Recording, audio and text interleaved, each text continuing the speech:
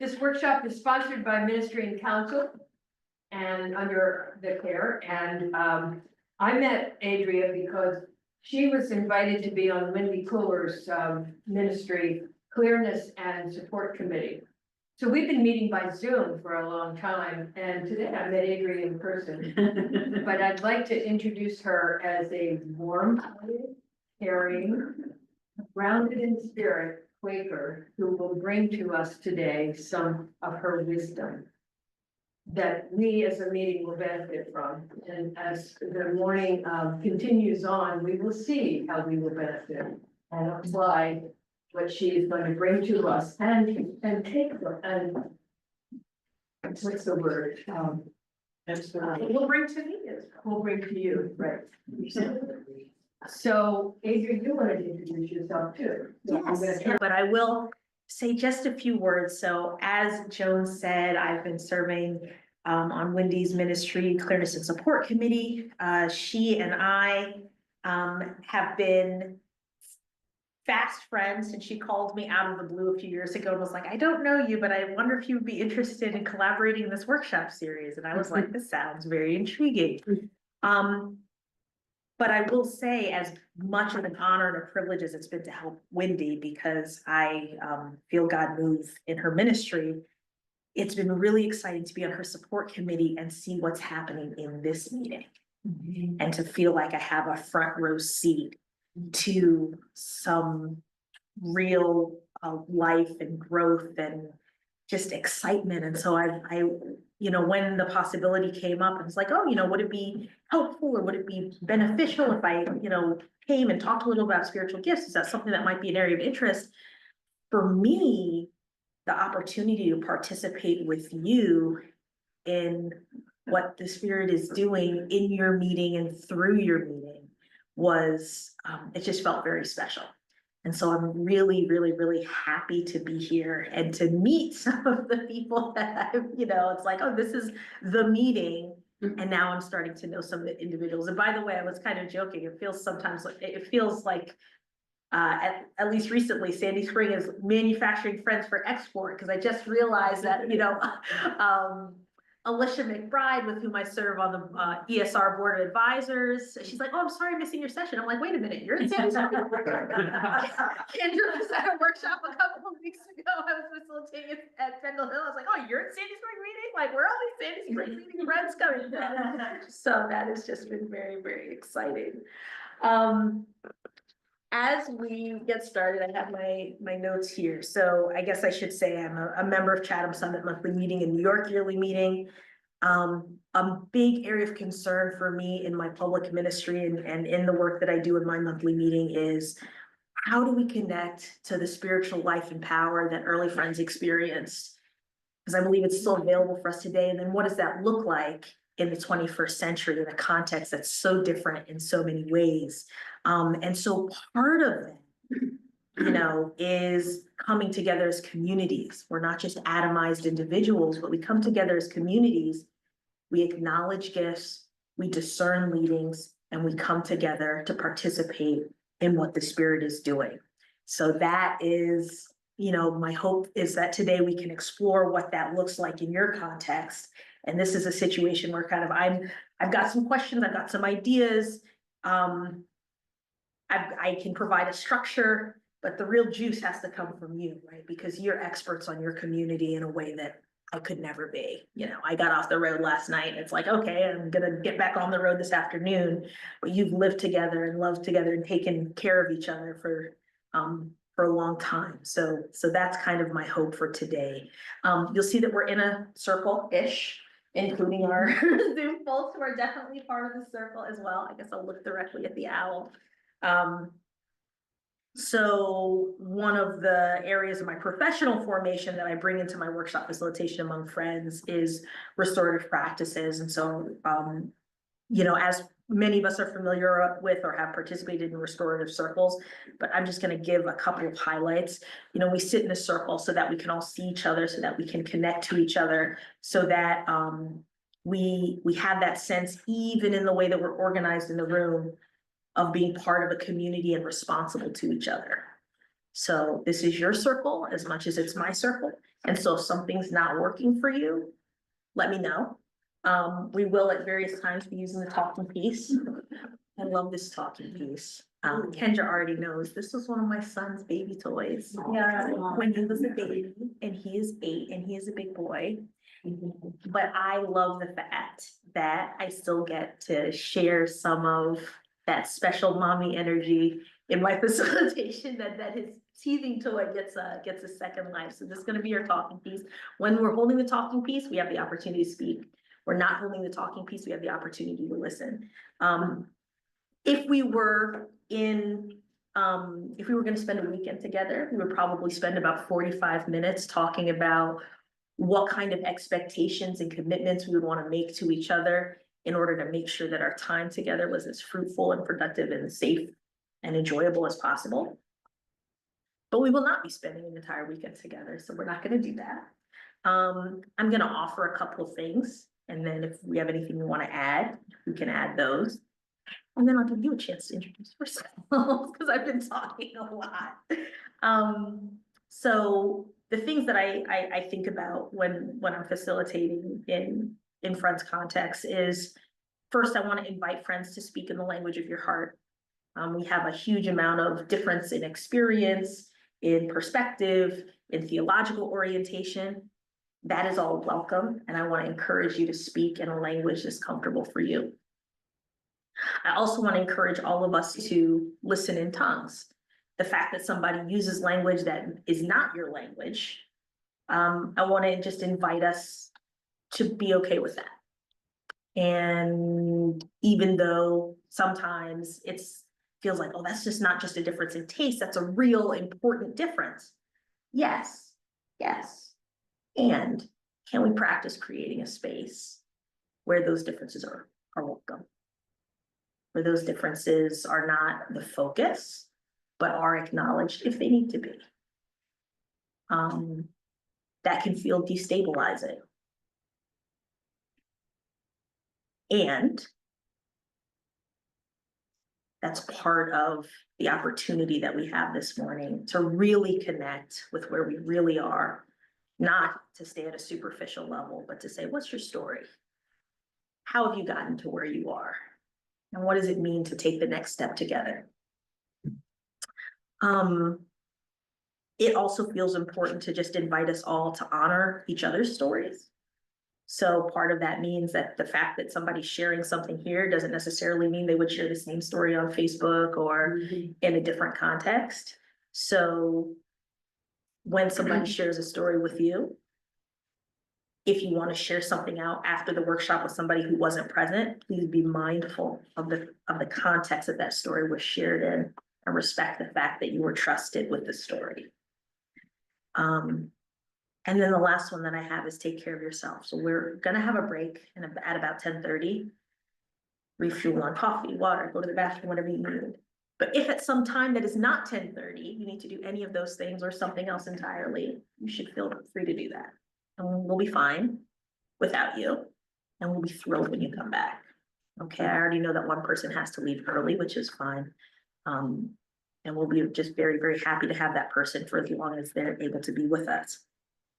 So before we move on to introduction, I want to ask for folks on Zoom or folks in the room if there's anything else we would want to add to that would feel important. Yes. So sometimes I need to stand up because of my body. I listen to my body as well as everyone who's in the circle. So I wanted to make sure that is okay with you. If it's, is it okay that if we move or need to stand up before 10:30 to stretch or something?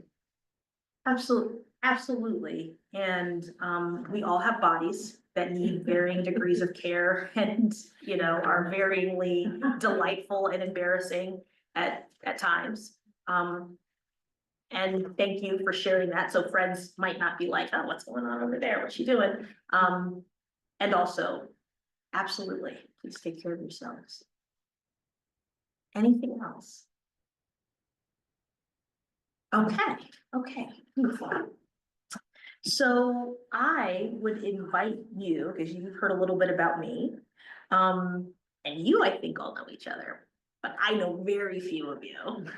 So I'm going to pass the talking piece this way. I don't want to take anybody by surprise and just invite you to share your name, how long you've been a member or attender of this meeting, and one thing that you are bringing to this morning's conversation. You can construe that however you'd like to. So again, my name is Adria. This is my first time visiting Sandy Spring meeting. It's beautiful. And one thing that I'm bringing to this morning session is a lot of excitement and curiosity about you and where you are as a meeting around these topics. My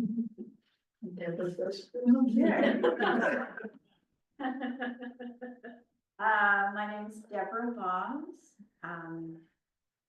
I've been a part of this meeting for, I don't know, 30 some years. I don't know, somewhere. What I'm bringing this morning is a summer of that I'm still carrying and feeling of just a whole lot of stressful situations and time-consuming situations, and feeling burdened by a lot of it, and just working through it. So that's what you got.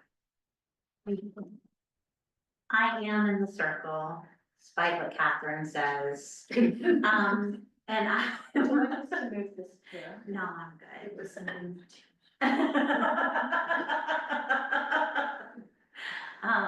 So I'm Wendy. I came to Sandy Spring, with Eric Hansen, who's now my husband, in probably 2012, but for Thursday night meeting. And we were regular attenders at Thursday night meeting until the pandemic. And that was really our worshiping community, for many years. We got married here in 2016. I think we became members in 2018, maybe 2019, I don't know. Well, we're here. I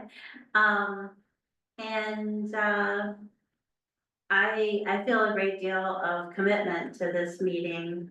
And I know I do, because sometimes this meeting is who I choose to have conflict with.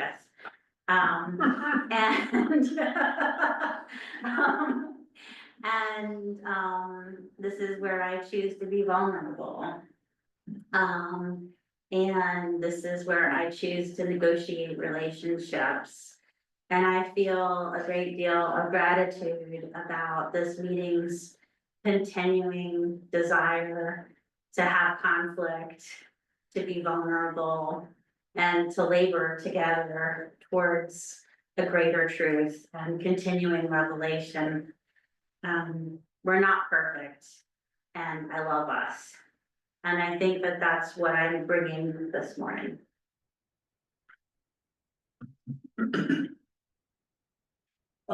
I'm Rich Liversidge, married to Joan. And we came to Sandy Spring in 1997, I believe, when we moved from Tacoma Park to Columbia, to be closer to my job, which was in Columbia. And Joan said, "Oh, good, now we can worship at Sandy Spring, not at Friends Meeting of Washington." Okay. And then we became members very shortly after that. And what I'm bringing, today is for me, the kind of detail-oriented work that I have done, mostly in finance, has that has kind of run its course largely. And the part that I am developing is the more spiritual, less definable parts. And so my curiosity in that area and my willingness to learn and grow in that area is one of the reasons why I'm here.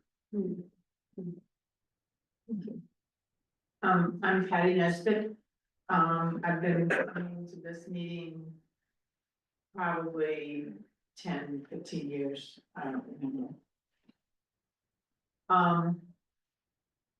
I've been running workshops and conscious of timing, so I'm gonna say my curiosity and my hunger for more information and to be fed. After putting out a lot of information, I wanna be fed. I'm here for information and sharing, and I'm gonna pass it so other people can do it, so we can hear more.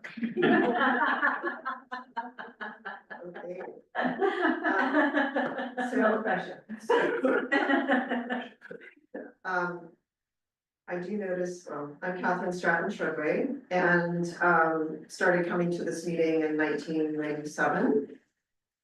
And was married here to my husband Nathan in 1999 and became members shortly after that. And our kids, we've all seen them come, and then one of them has completely grown up. I bring today an overall sort of experience, excitement, enthusiasm for our young people, not just in this meeting, but in this country, and what they're, how I'm curious how this meeting can nurture them, but also receive from them their beautiful spirit and ministry that they are exuding and living right now.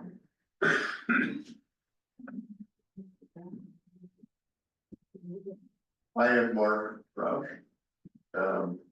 I came to this meeting initially in 2001 and have been worshiping here since. I grew up in this area and grew up in a different church community, worshiping with Baptists. And so I should mention that I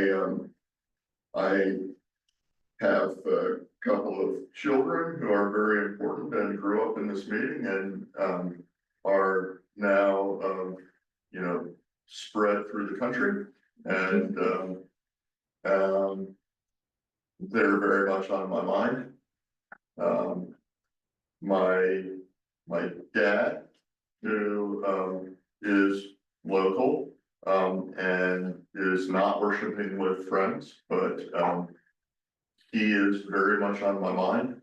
My brother, who is local, who is not worshiping with Quakers, but is following his path, is very much on my mind. And so an awful lot of what I what I grow from, what I struggle from these days is being sandwiched between being a parent and being a child.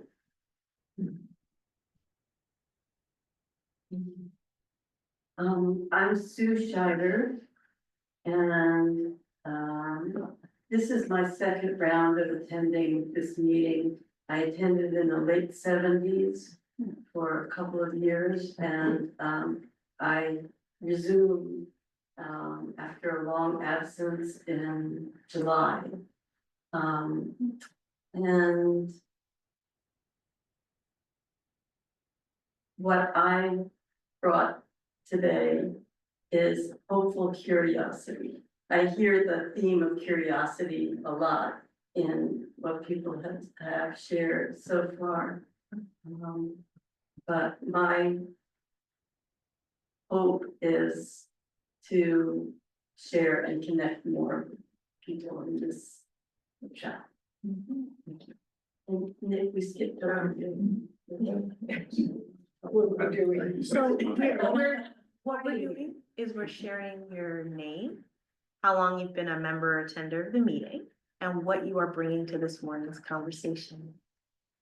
My name is Nicholas Arnold, and, Nick, you need to speak a little louder so the owl can hear you. oh, sure, my name is Nicholas Arnold, I've been attending now for 2 years or something like that.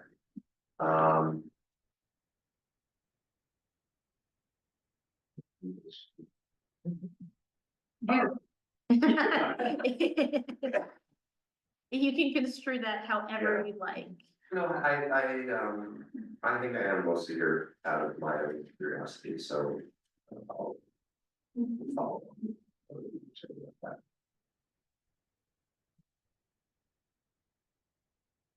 Hi, my name is Carol. I came here with my young 2-year-old daughter in about 1992, 93. I left Friends Meeting of Washington. My husband got custody of that meeting. I came here. But I was later married in this meeting. So, you know, there was a good ending to that. And I was really interested in this workshop. I grew up always listening to call and what is your ministry in the world, and my vocational decisions were tied to that.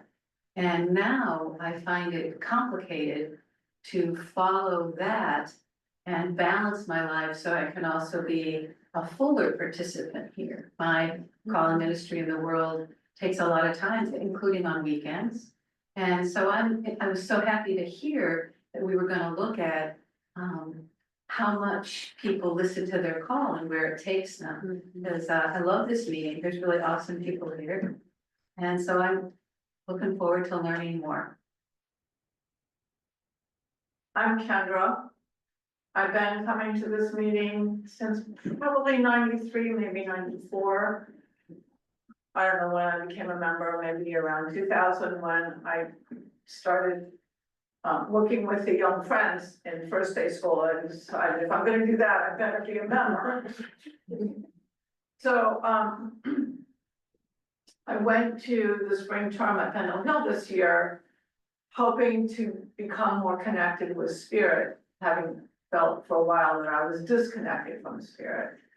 And I became interested, I heard about spiritual gifts for the first time when I was there. And was curious and started learning more and went to Adria's workshop about that. And I came back to meeting again after 10 weeks away and remembered all the controversy around the budget last year and the purchase of the cottage. And I've never heard anybody talk about ministry here. I've never heard anybody talk about spiritual gifts. And I feel like there's something missing, and I don't know what to do about it. But I feel like we need to change. We need to name gifts. We need to perceive gifts. We need to engage gifts. And figure out our ministry as a meeting, so that we can work on these budget issues in a sensible way, and other issues.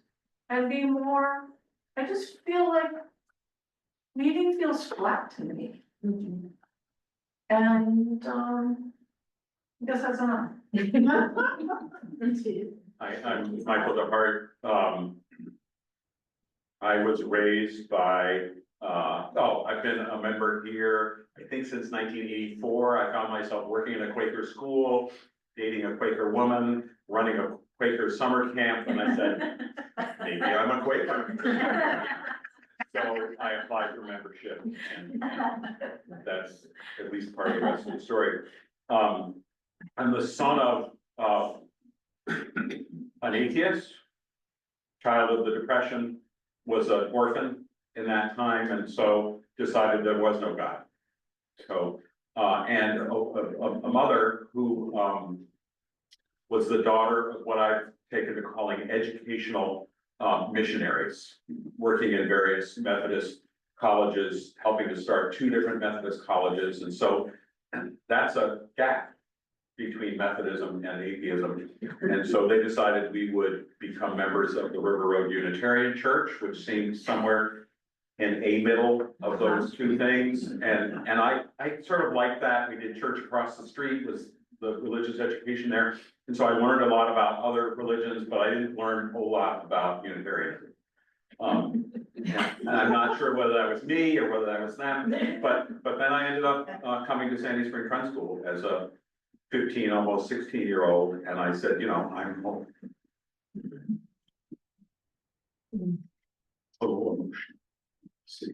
And I would often come to meeting for worship on Sundays. I was a boarding student, didn't particularly want to go home, which was a complicated place to be, and so I would often they bring a bus over, and so I'd come to meeting for worship, and I would listen to Raymond Havens, for those of you who know Raymond. Do his sermons, and then walk back through the woods. So this is my spiritual home, and I'm always grateful to be here. I'm not often able to be here now. I'm a psychotherapist 3 days a week. It's my retirement job.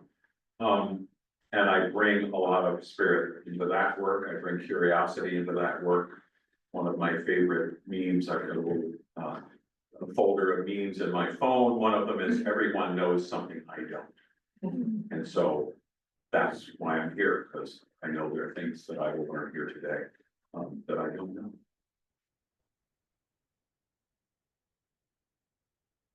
I'm so happy you're here, Adria, welcome. I'm Jenny Steyer, and I walked into meeting in 2000.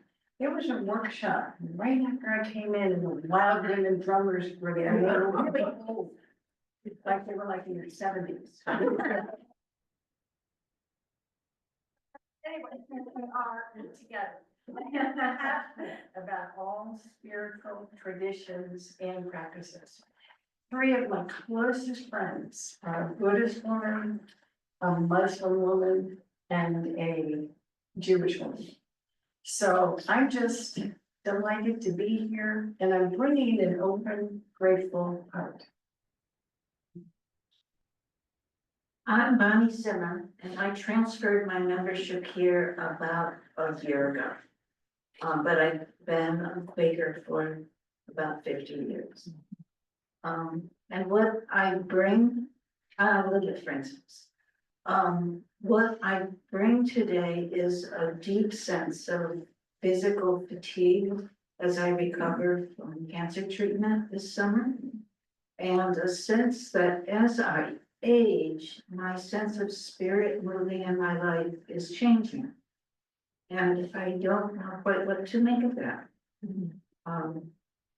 So that's what I bring today. I am Joan Liversidge, and I came in 1997. We had a recommitment ceremony here at, I don't know when, 2013 or 2012. So we asked this meeting to take our marriage under its care. That was an important piece of being part of this meeting. I have been a Quaker for 42 years. Started at FMW. And what I appreciate about this circle is I've already learned so much about all these people that I've known for a long time. So every time we sit together like this, it's a wonderful experience. I bring hope and faith that this experience today will transform some of our conflicts and differences that we have, and that we find unity as community. Unity in how we're called, Heather said, as a community. And the ability to work through our differences with love and compassion, and be able to do repair with one another sooner than later. We either never do it at all, or we do it 2 or 3 years later when things surface. Thanks, Joan. And I don't know, as between Mariana and Ellen, who would like to go first?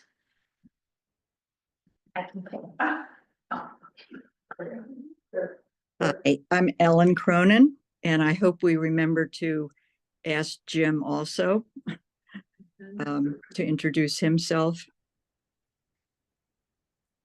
I grew up in Philadelphia yearly meeting where the children were especially loved and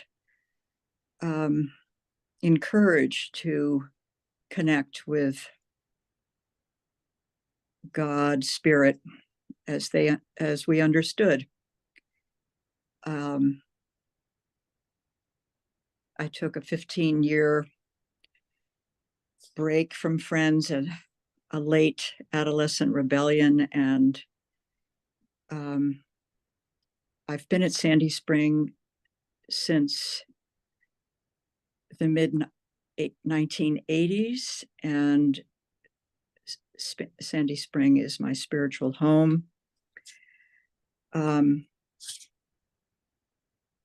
bring a lot of gratitude for this workshop already. As Joan said, really getting to know where people are. And I have a special concern for all kinds of repair work, reparative justice, and the repair that Joan referred to within our own meeting, one-to-one, being able to come together in a loving unity. And I have a hopeful curiosity about our being able to support one another in our leadings and ministry.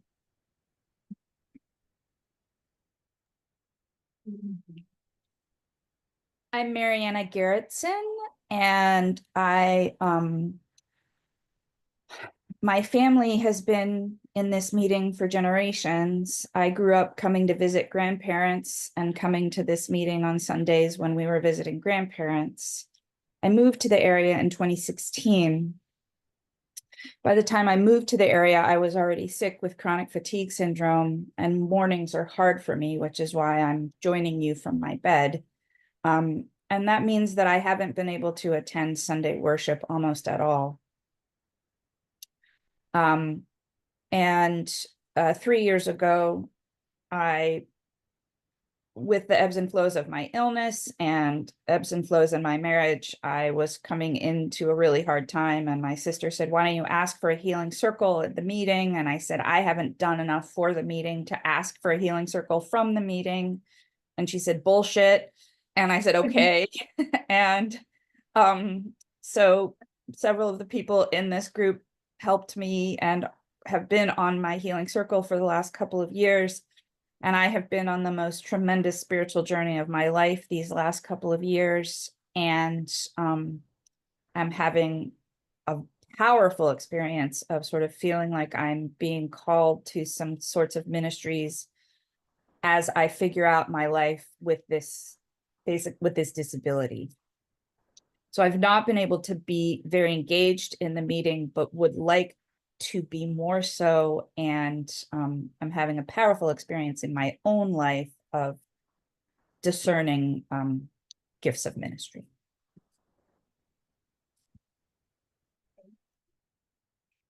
And Jim, I wasn't, you can be as included or as not included as you want to be. I didn't want to make any assumptions either way. So if you want to sit and read and highlight and underline, like that is fine. That is, you are already doing more than enough. I'm half included. I'm Jim Webner. I've worked for Sandy Spring for 3 years. I became a Quaker in 2016 in Fort Worth, Texas. And I bring semi-distraction this morning because I'm trying to squeeze in Bible study prep while we're doing this for tomorrow. But I am really interested in gifts of the Spirit, and this year I'm doing a practicum in spiritual direction, and getting to hear the spiritual journey 5 directees that I have right now. And that's really a wonderful gift. I really love it. But Adria's here, we have this opportunity. Thank you so much. And thank you all. I feel like, so I'm just meeting you and it's so cool to learn these things about you. So I'm very happy that you are having an opportunity to learn about each other and from each other even already. I appreciated Patty's observation as a facilitator about time. And so that's always the balance, right? Now, introductions can go very quickly or they can be very extensive. But I always think it's worth it to spend the time to invite people to share. It helps me as a facilitator to understand where you are. So things that I'm learning, families are complicated. Meetings are complicated. Health is complicated. And there's a lot of joy and commitment and love in the room for each other and for the meeting and curiosity about what the next step is. But as we go around the circle, so you will have times where we're going around the circle. Be mindful, please, of the time. And also we'll have other times of triads and things like that where you'll have other opportunities to share. No time is wasted, but it is limited. So that's always the balance. I have my list of content, but honestly, if what happens in this meeting is that you get to know each other's journeys and concerns and cares better, that will be a successful time. And I hope to be able to share some of my prepared notes as well. One thing, as questions come up, if they are questions that are bigger or not as directly related, I would ask that you write them during the break or during our small group stuff on the whiteboard, and that'll be our parking lot. I should have labeled it parking lot, which always so it seems so silly when I would see facilitators do it. It's like, that's clearly not a parking lot. That is a whiteboard. There are many things I don't know, but I do know how to recognize a parking lot. Thank you so much, Kendra. So Kendra's labeling that our parking lot. If as you're in your small groups, you want to jot something down and stick it on the parking lot, I have Post-it notes. So we'll have different opportunities to ask questions, but I ask if you put them up there because those are questions that I can maybe weave into different sections of the conversation, or bigger, and maybe we need to talk about other ways to explore them given our limited time. So I just wanted to say that. And now I'm gonna start talking about the reason that we're all here. So spiritual gifts. I'm gonna give us a working definition and then talk about different ways of thinking about spiritual gifts. And then we're gonna have some opportunities to reflect on gifts that you see already in your meeting and share about that with each other. So that's kind of our roadmap for the next 35 minutes or so. So spiritual gifts are manifestations of God's grace and power that are poured out on individuals for the building up of beloved community. My working definition. I'm going to read it again because that was a lot of words. Spiritual gifts are manifestations of God's grace and power that are poured out on individuals for the building up of beloved community. So in that definition, there are a couple of things that spiritual gifts are not. Spiritual gifts are not rewards for being so special. Spiritual gifts are not things that you have so that you can lord it over other people and say, aren't I so much better than you? Spiritual gifts are not primarily for us as individuals. They're made to be shared with others.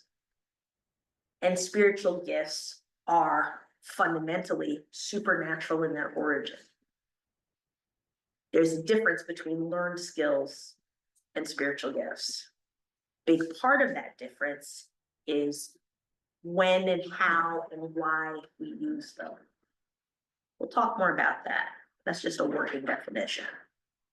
Any questions, comments, things that I'm missing that maybe should go into this before we kind of get into the different ways of thinking about it. Kendra. I think one of the things that came out of our workshop earlier, I think that's what it came from, was that if you're using your spiritual gifts, it brings you joy. As opposed to, oh, I have to do this again. Absolutely, absolutely. So over my years, I have learned how to set up meetings. I've learned how to coordinate calendars. It kills me every time I have to do it. It is not a spiritual gift. It's a skill, it's a thing I can do in a pinch. But I am quite clear that that's not what God calls me to do. Unless God is very, very, which I do not believe. Yes. But sometimes the skills you learn support your spiritual gifts. 100, oh, don't get ahead of my agenda, Bonnie. Don't get ahead of my agenda, Bonnie.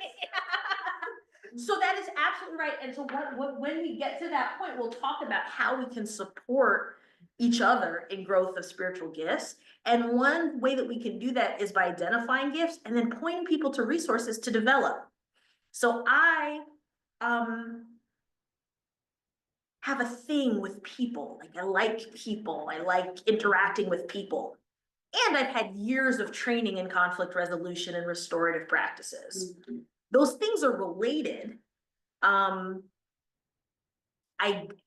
got the training because after I went to law school, I was like, I don't want to be a bank regulatory attorney. What am I doing here?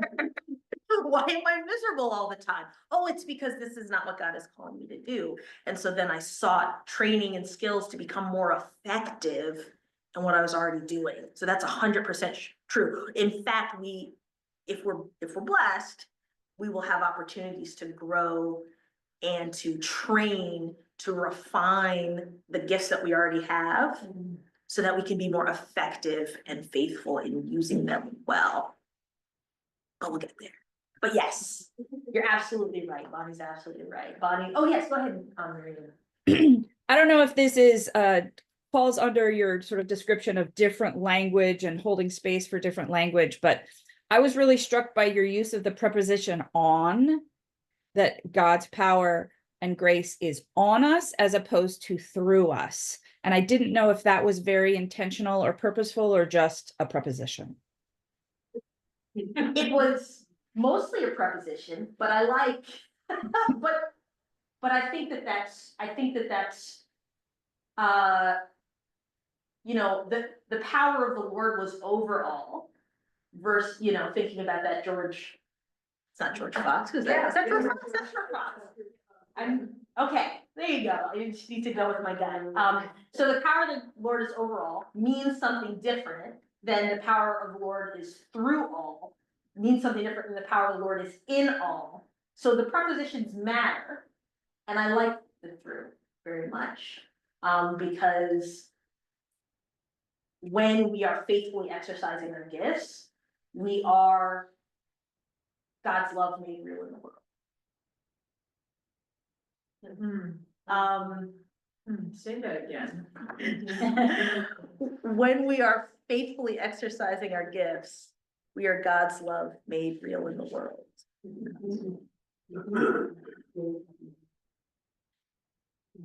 All that from And this is being recorded, friends, if we didn't say. So that we can go back and re-listen and tell others who aren't here. So let me quickly pull up my PowerPoint. Okie dokie. Now, hold on. Jim, you said I can screen share? Yeah, should be able to. Very good.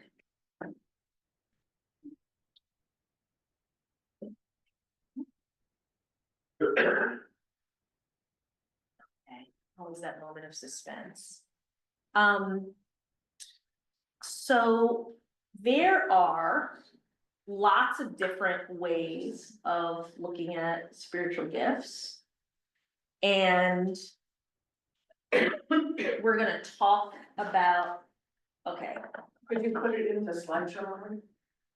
There you go. Yeah, that'd be good. And absolutely, never heard that before, right, Kendra?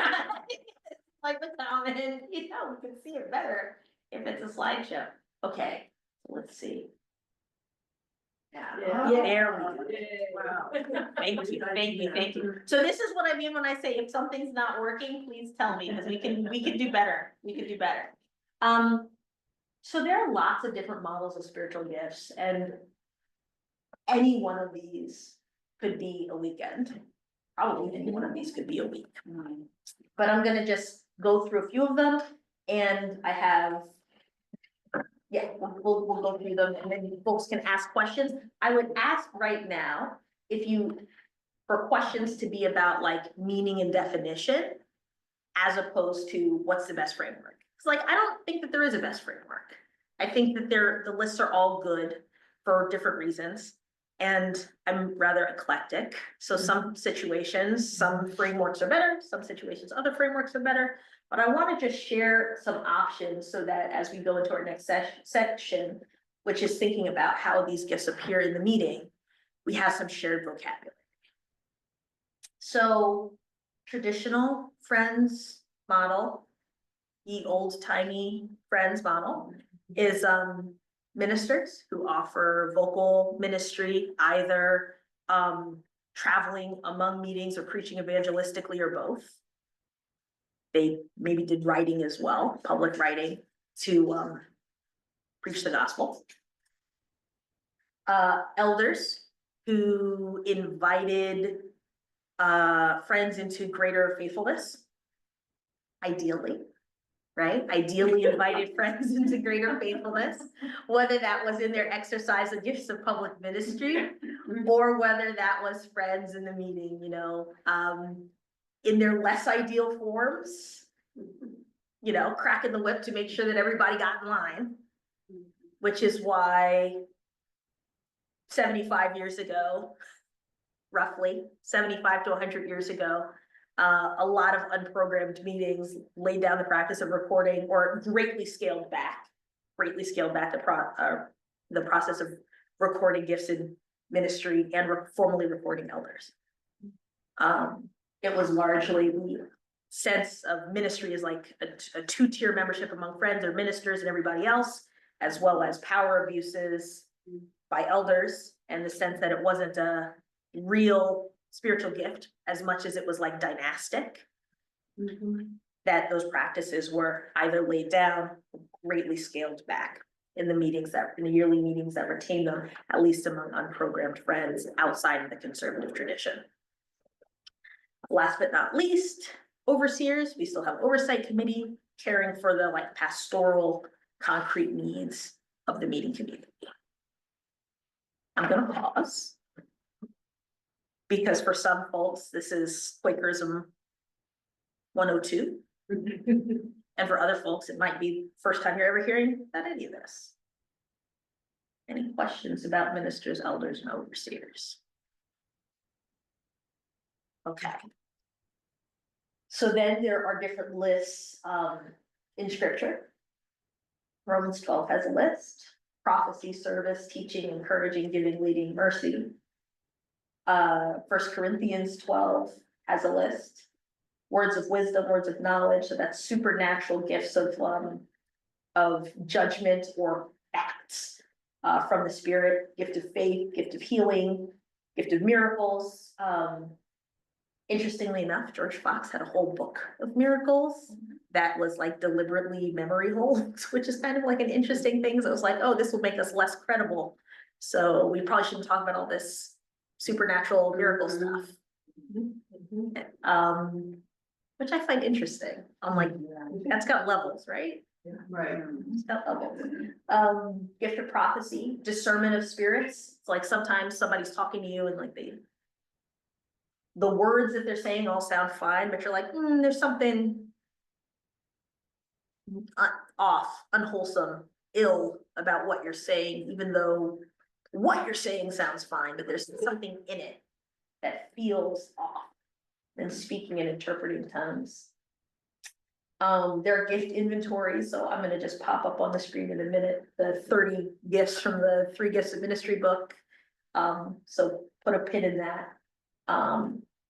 And then Ephesians 4, which is like a favorite framework of mine, because it really talks about how the gifts function together in community. And so you've got the apostolic gift, which is starting new ministries, starting new networks in response to new needs. The prophetic gift, which really points us to how is God calling us in this moment? How is God calling us to faithfulness? The evangelistic gift, noticing who's not at the table and like going out to get them. The shepherding gift, which is that love for the people who are already here. Like, how do we have a community that's warm and caring? And the teaching gift, which is, you know, what basically helping people understand spiritual truth and reality, oftentimes in a more systematic way than the prophet, who's like, they got their thing, or they've got their message, whereas the teacher's like, you know, we also need a framework to be operating in that's sound and shared and true. And so here's that 30 colors of ministry list. Now I understand I got a list in an attachment from somebody named Betsy Myers, who I don't know, but it's a great list. It's from your meeting, so this is why this list appeared in my inbox. Thank you, Jill. And there's a beautifully updated spiritual gifts catalog that Betsy has put together that we have available on PDF that she said we can share. So I was gonna put that on the parking lot, or who had that? I was gonna write it down and write it down. So is this the latest one from Betsy? Yep. So Gorgeous. the 30 colors, all of these are in the 30 colors. The ones that are in bold are in Betsy's list. Okay. And so the parentheses are where she has a slightly different name. Okay, but the catalog is great. And the catalog, one of the things that makes the catalog great is it has kind of like reflection questions that will help you identify these gifts as they show up in the meeting. 30 Colors of Ministry book got released under a new title, 30 Colors of Gifts, which is hilarious because I spent years thinking, oh, it's out of print, I can never find it, I will never find it again. And it's like, oh, no, they just reissued it with a different title. And so it goes into detail, it has a page on about each one of these gifts, but basically, you see that this is a lot more,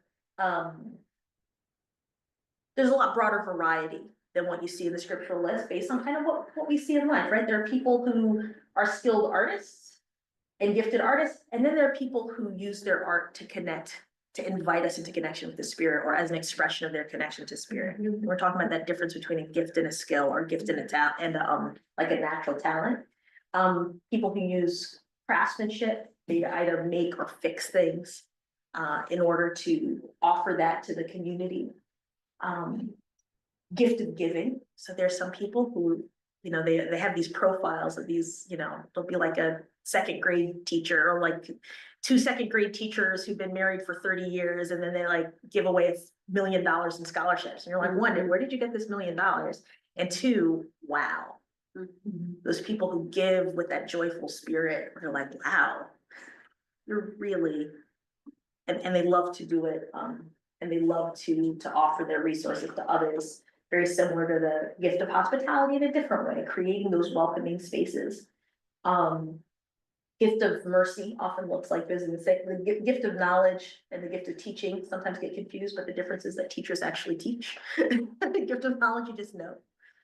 So you might go to that person with a specific question, but you're highly unlikely to be like, oh, teach this course. And they're not gonna necessarily want to, because they don't have that desire to impart knowledge, but they do have that mind that wants to know. I don't wanna, again, this could easily be a weekend and actually have done 30 on the 3 gifts. So I will ask, instead of trying to go through each one necessarily, because some I think are fairly self-explanatory, are there questions about any of these that feel like, oh, what does that mean? That's not super clear. Singleness. So there's a question, if you look at Betsy's catalog, I don't think considers that a gift, she considers that a spiritual discipline. But under the 3 colors framework, they say, you know, there's some people who are really called to devote their lives to service in beloved community without the distractions of spouse and family.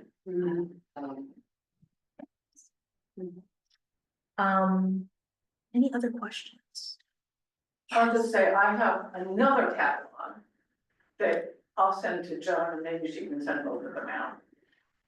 Maybe write it in the parking lot. What's the name? I can't remember, Jan, somebody, Oh, Jan Wood. yes, Jan Wood. So Jan Woods is very, I was super fortunate 12 years ago, yeesh, to go to, she did a workshop on spiritual gifts at Powell House, which is New York Healing Meetings Retreat Center. Wonderful. A lot of overlap with this 30 colors list. So she had the descriptions in that catalog, in that, She has brief descriptions, and she has a longer description about, gifts within the context, within the larger context. beautiful, beautiful, beautiful. There are like 3 documents that go together. When you send those out, Joan, can you send them to me? Awesome. Well, need to get everybody, yeah, okay. We need everybody's email. Right. Okay, so we'll, I have. maybe during the break, we can put that out, and then before folks leave, you can write down. Oh. I have all your emails, so I'll just. Collect them and send you that. I'm telling you, It's a mirror. he just sits there and then he comes at the right moment. But yes, you had a Well, I question. just really am interested to understand how, suffering is, part of this list as it affects an individual ministry and a communal ministry. I can tell you about something. So, when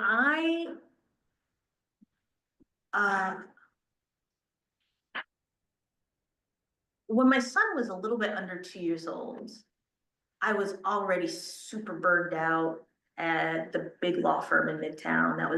I liked my job fine. But as I tell people, if you're doing something for 60 hours a week, liking it fine is really not enough. You gotta love it or it will kill you. Okay, so I asked for a clearness committee in my meeting to discern whether I should go to seminary or what my next place should be, because I was like, it's not here, what's the next thing?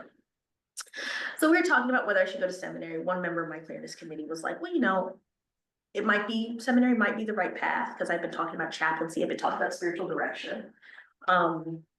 But she's like, you know, as friends, we have other ways of recognizing ministry, things like recording. And I was like, oh, I don't know, does New York Yearly Meeting record gifts of ministry? I don't know. And she's like, well, you know, it might be something worth looking into. So I'm talking on the phone with a friend of mine grew up in the meeting. I was like, you know, this came up in my clearness committee.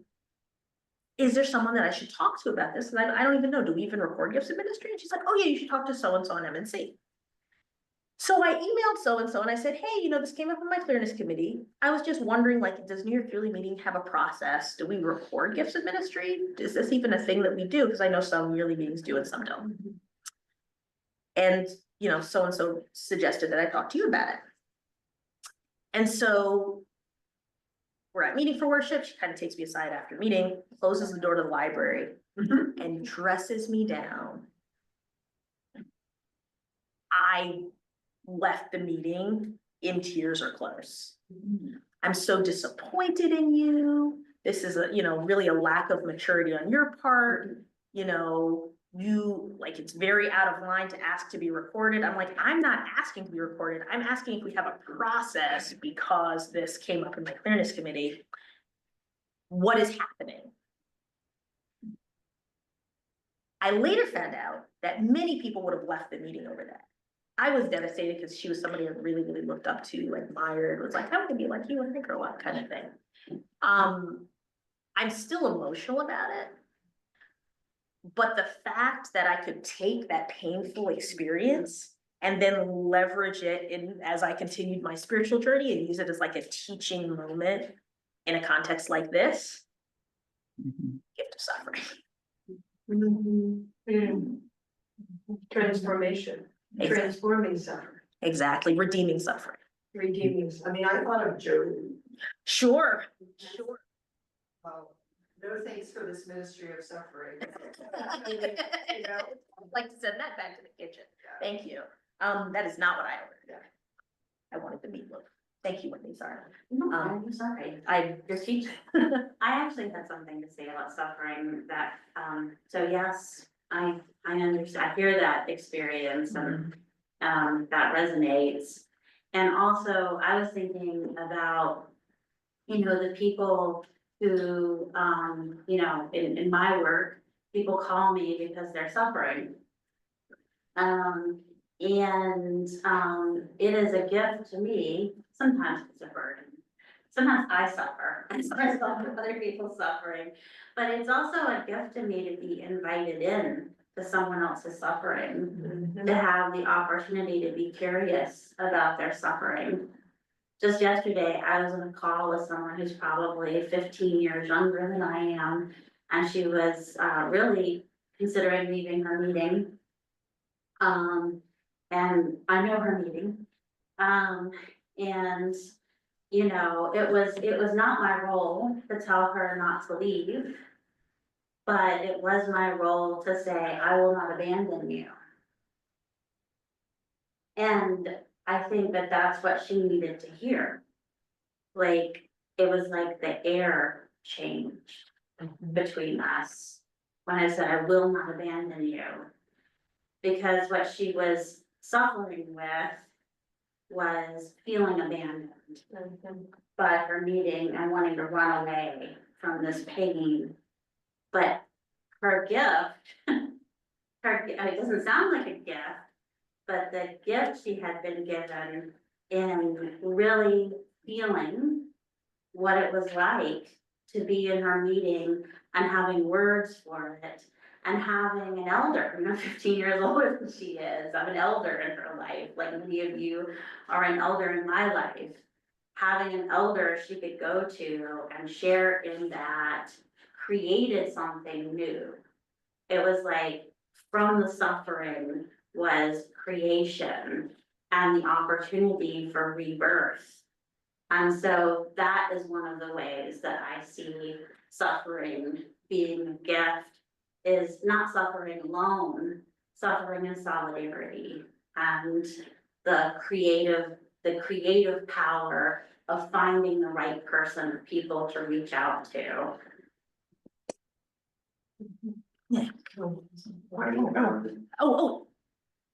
Sorry. Oh, I was gonna point out, I think that was. Yes, thank you so much, because my back is to the screen. Ellen, please. Thank you. Thank you. This is actually a response to the Quaker models of spiritual gifts, as well as these lists. It's not traditional, but there are young members of and attenders of our meeting who have introduced the idea of youngering. Our children can be our best teachers. That's certainly true with my daughter when she was growing up, but I'm hearing the word youngering from and I suggest that as an alternative to eldering. Thank you. Andrea. What you just talked about, the story you just told us. I guess epitomizes one of the things I hope that we can do as a meeting, which is to know the spiritual gifts that are available within the meeting. And to be able to nominate people to committees that go with their spiritual gift, and to know who to go to with this particular problem, because that's their gift. And I just think it would provide so much more richness. And I feel like we're people who come together and do stuff. But I don't feel like we're spiritually connected. Does that make sense? I wanna just point to something that you said in that, one, that's gonna take us into our next activity, so. Oh, but two, one of the things that all of these, that identifying gifts requires is really knowing each other deeply. Sorry, one of the things that naming and supporting gifts requires is knowing each other deeply. Knowing each other deeply. So some gifts are very obvious, right? If somebody is giving, you know, vocal ministry, it's like every time they stand up, you're like, oh my gosh, it's gonna be good. 'Cause there are those people where you're like, oh, I can't wait to hear what comes through you.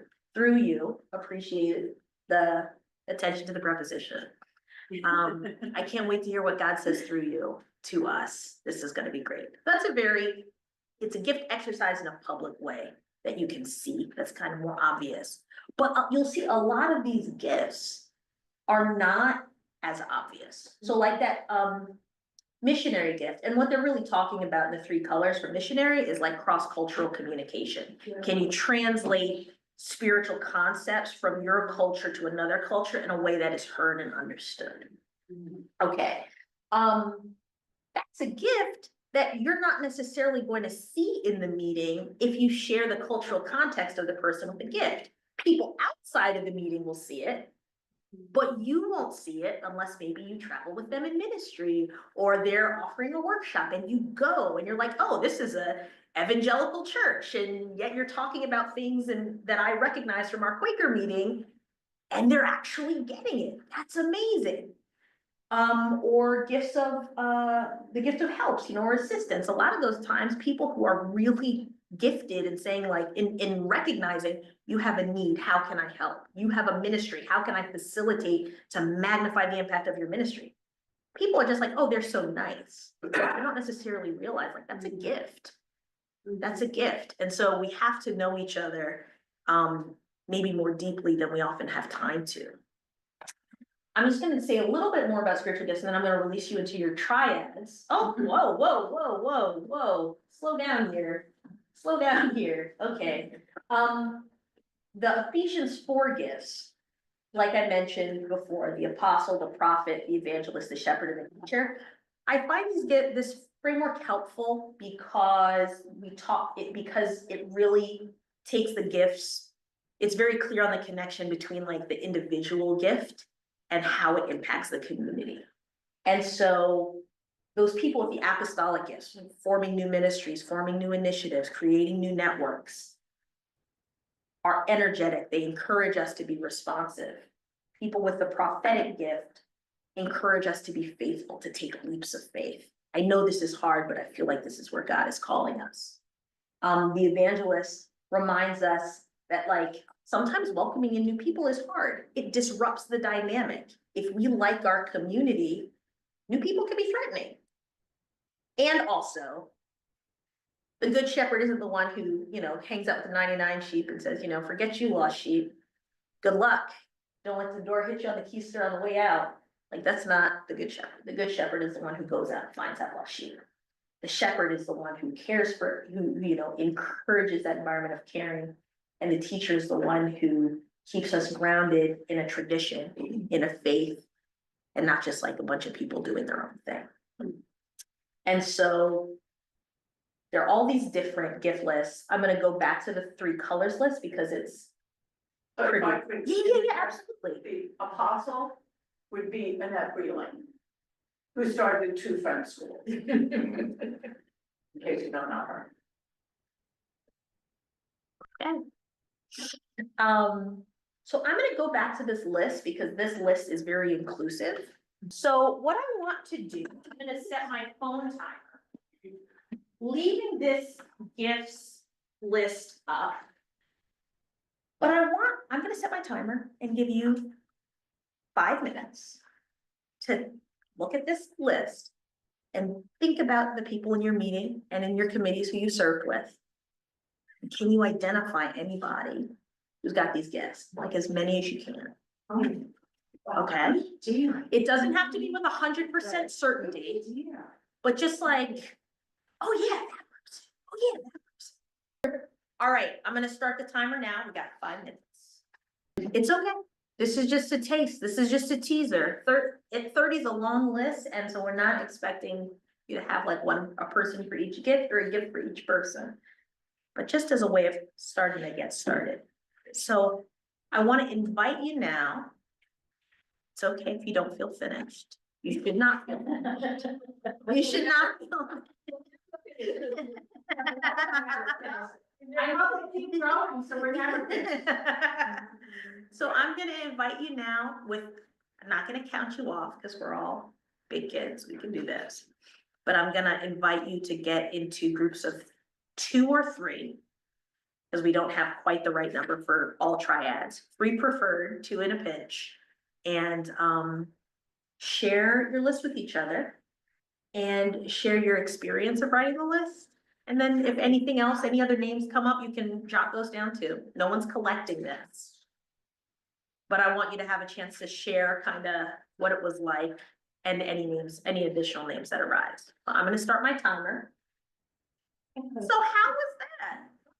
It sounded like fun. It's validating, it really are gifts here.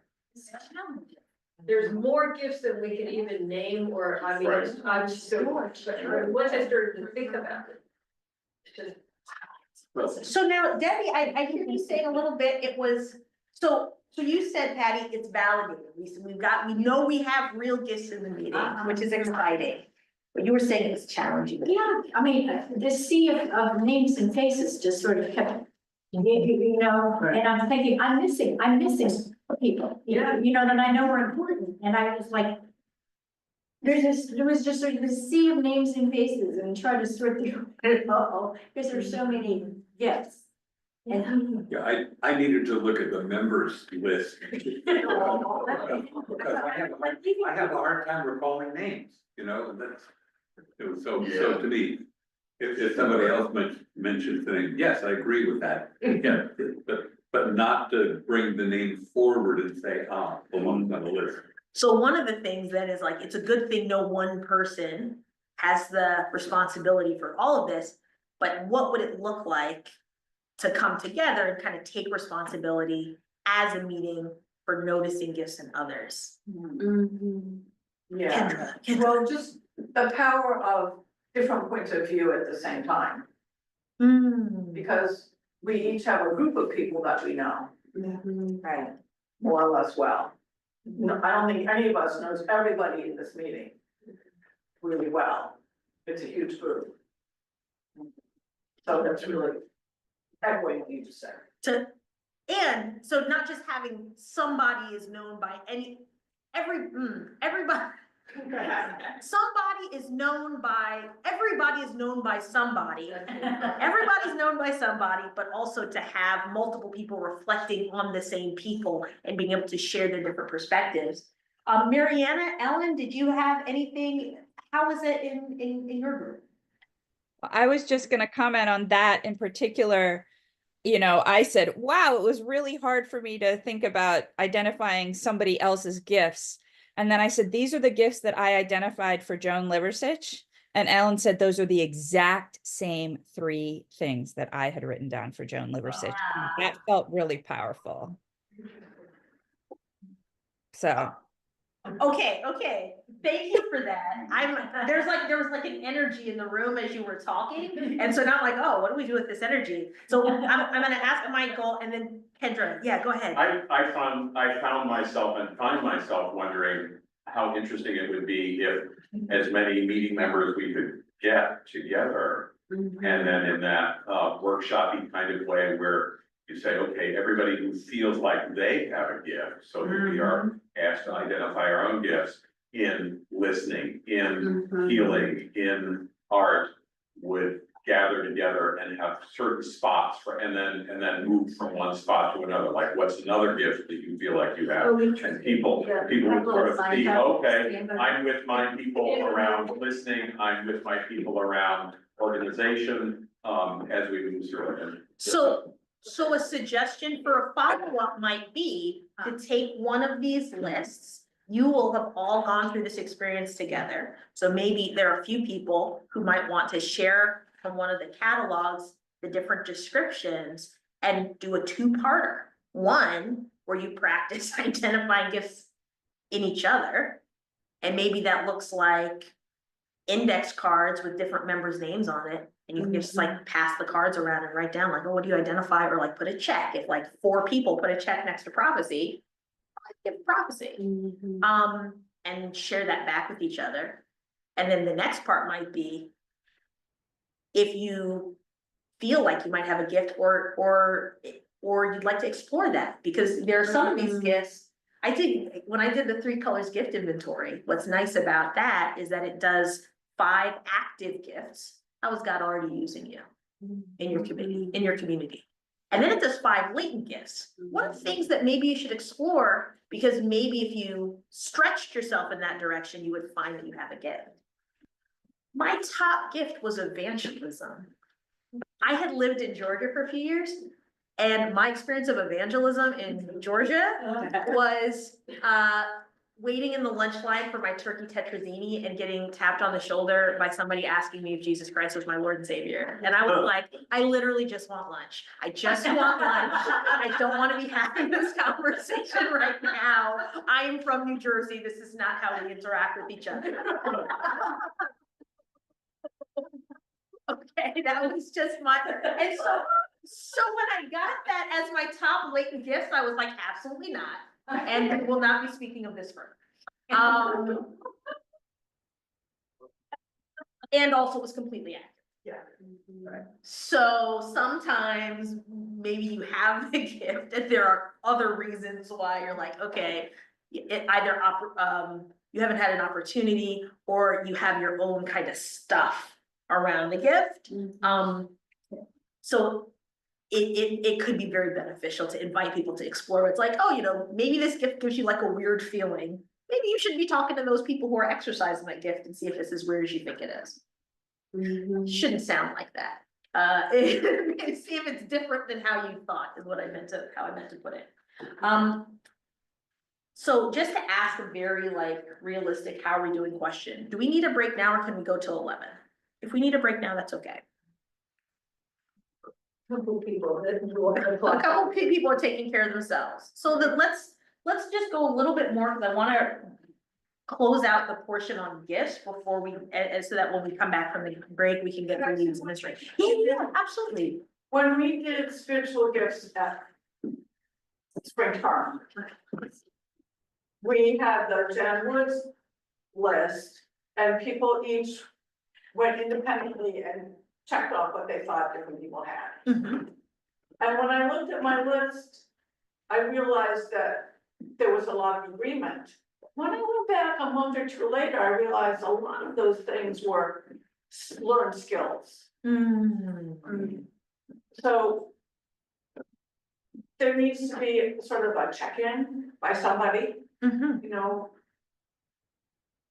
thinking about it maybe in advance, or maybe thinking of it as a part of a workshop just about that.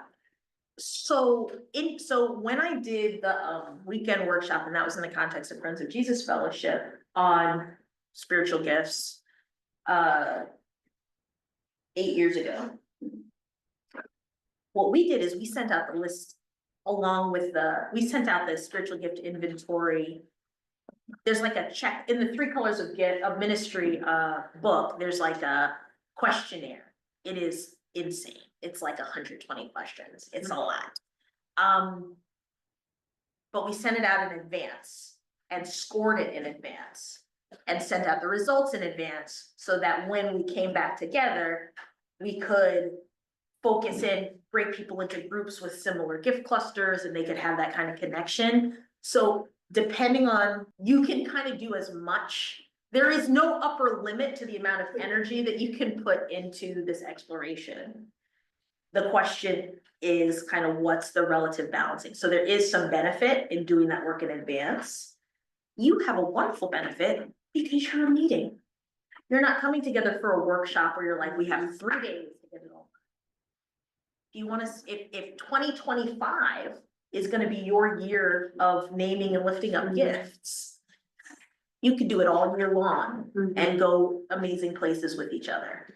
And if you, I know you have friendly eights groups in the meeting, you could do, you know, rejigger the friendly eights groups around gift clusters. You could have a book group where you explore this and you're meeting every month and you're talking about it and doing homework in between and checking in. How was that for you? You know, you were gonna explore this gift of prayer and how's your prayer practice going?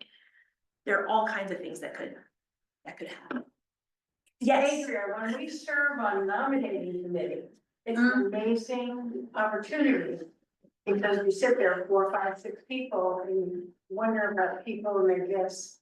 And then you reach out to them and you listen, and the job is to match the gifts with the opportunity. So that isn't something that I think is going on all the time. So that is, and I'm so glad that you said that. We're gonna have a question just in a few minutes about how you're already identifying and nurturing gifts. Folks I know who served on nominating committees in different meetings have had wildly different experiences between like, oh, we think deeply about people's gifts and then we connect them to opportunities to exercise them. And then we have 8 slots and we need a warm body in the slot. You know, you have a pulse. Congratulations. You're on the committee. You were alive and you didn't say no. So congratulations. So it's a live question, and I think it depends from meeting to meeting, but we will have a chance to talk about that. Yeah, Bonnie. I think another question might be is how do gifts change or manifest differently as people age or mature in their spiritual life? Absolutely. And so sometimes you might be in a different phase or in a different context, and one gift comes to the fore. And then you change context, or you're in a different phase of your life, and that gift recedes. And maybe it recedes and there's like a fallow period where you're like, I don't know, I guess so.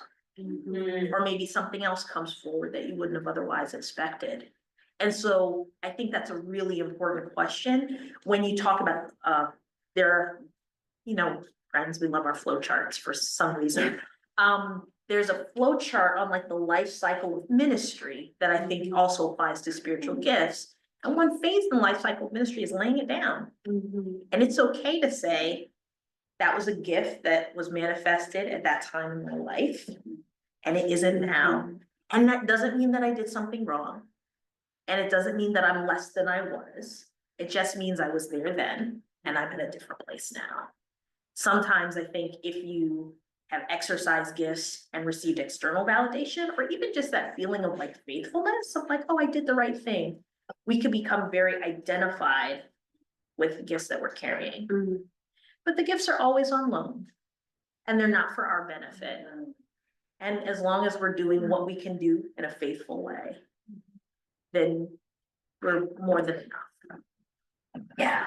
It's also called rest. There are times when I have energy to do something. And so taking a break is also a way of making sure that there are enough resources to do something. But I am also aware that in different Quaker cultures, meetings or nominating committees or whatever function in different ways. And there was one time in Kenya where we were trying to figure out who had the gift to do certain things. And one of the Quaker pastors in Kenya said, oh, we just identify that who it is and go tell them, you have this gift, so you should do this. Rather than this kind of internal deliberation that goes on. It's a couple of people would go and say, you should be doing this. And there are different ways of doing it. In a big meeting like ours, a lot of times it's slots to fill versus where are the gifts that appear in different places. And that's what we'll be talking about tomorrow, right? How do we, Always, we're always. how do we match gifts and slots available for those gifts? Absolutely. And so I'm just gonna say, go back into like teaching mode, just to say a couple more things about gifts. And then we'll talk a little bit more about how you're already nurturing gifts, and then we will take a break. I've been looking at those grapes and they look like so plump and delicious, and I'm like, I'm coming for you, grapes. They don't know, but they're on borrowed time. So we were talking about gifts, and one of the difference between gifts and skills, right, is that one, exercising our gifts, faithfully exercising our gifts will give us joy. It's a life-giving as opposed to life-draining activity. But also people will live out their gifts whether or not they're acknowledged or supported. And people with prophetic gifts stumble into exercising gifts of prophecy all the time. I certainly have, where I'm like, I'm gonna ask an innocent question, and then like and you're just like, whoa, what happened here? So like somebody, and you know, I've had, for example, there was a situation, I've seen several situations where someone with a teaching gift, someone has a teaching gift. So they will collect and systematize knowledge. They will write essays that nobody reads, but they write it because they have to. It's just, you plant the seed and you get the flower. It's not gonna, you know, give you a Ferrari no matter how many seeds you plant. It's just gonna grow into what it is. But the role of the meeting, then the meeting has an impact on whether the gift is used well or poorly. So if you have someone with that teaching gift, a meeting could encourage that. They could invite that person into opportunities to deepen their knowledge of Quaker faith and practice, and then invite them to help with developing adult religious ed. And then now everybody in the meeting benefits from the person's teaching gift. Or they can ignore the gift, not provide a space for an outlet, not nurture a shape for the gift. And that person will get up in meeting for worship and they will do a 10-minute or 12-minute mini lecture on something that you are probably not interested in, but they are very interested in. And people will feel like, why does this person always do this? And it's gonna feel like a hostage situation, because it's like, we're stuck here and they're lecturing at us. Or that person might do the same thing, and then you elder them. Well, you know, in meeting for you talk an awful lot, maybe you should be doing some more discernment about whether or not that's spirit led. That person maybe leaves the meeting. Or maybe they're just deeply, deeply hurt because they're trying to give an offering and it's being thrown on the ground and trampled on. So maybe they come, but then they withdraw internally because they've understood that what they have to offer is not welcome or accepted. And I use that, okay, go ahead. What you just outlined, I think, is a process of assuming we know what someone is doing. Instead of using eldering as an opportunity to ask questions, get more information, work with somebody else, not do it by yourself, not speak on behalf of the meeting by yourself, which we heard about not that long ago in meeting for worship. But learn before you tell somebody what you think they should be doing or not doing. This is. I'm like getting chills. What you said, that first part that you said felt so true. Like, I assume I know what you're doing. Oh, you don't know what meeting for worship is about. You don't understand what the rules of the road are. Let me tell you why what you're doing is wrong and doesn't fit with what we're doing here. As opposed to, what was that like for you? Oh, you felt, oh, you're going into this. You're reading a lot of Brian Drayton. You're reading a lot of Bill Tabor. You're reading a lot of, well, that's really, really interesting. And here's a book that might be helpful for you. And by the way, you know, we've got a nominating committee meeting coming up and we got some slots. I wonder if you might be interested in sharing some of what you're learning with the meeting in another forum where you have actual time and space to invite people into engagement. And so this is kind of like, we threw away eldering, but of course, we didn't really. What we did was become very bad. Do it informally in a disorganized way and not necessarily with intention or coordination. So then so what we see is when gifts are not supported, people can feel demoralized, they can feel useless. But when there's no accountability, people can either hurt others if they're not exercising their gifts well, or they get burned out because they don't have, I mean, when I asked for, convene a ministry support committee for me, I said, you know, the number one thing I'm relying on you guys for is to help me say no. Because there's always something that you could be doing. And it will be a worthwhile thing, it'll be a valuable thing, but you cannot do everything. So we have to have accountability for each other. Friends have traditionally believed that God doesn't ask us just to wait for heaven in the afterlife, but that if we follow the light today, the kingdom of heaven can be made real now. And so an important function of the meeting is to acknowledge, support, and nurture the wholesome exercise of gifts so that that vision of the kingdom of heaven, of beloved community, of blessed connection and communion can be made a reality now. Because as you said, Patty, the gifts are here. It's not like they're not. So how do we then create channels where they can be exercised effectively for the good of everyone, and including the good of people who haven't gotten here yet? So nominating committee, I want to just invite us to share a little bit.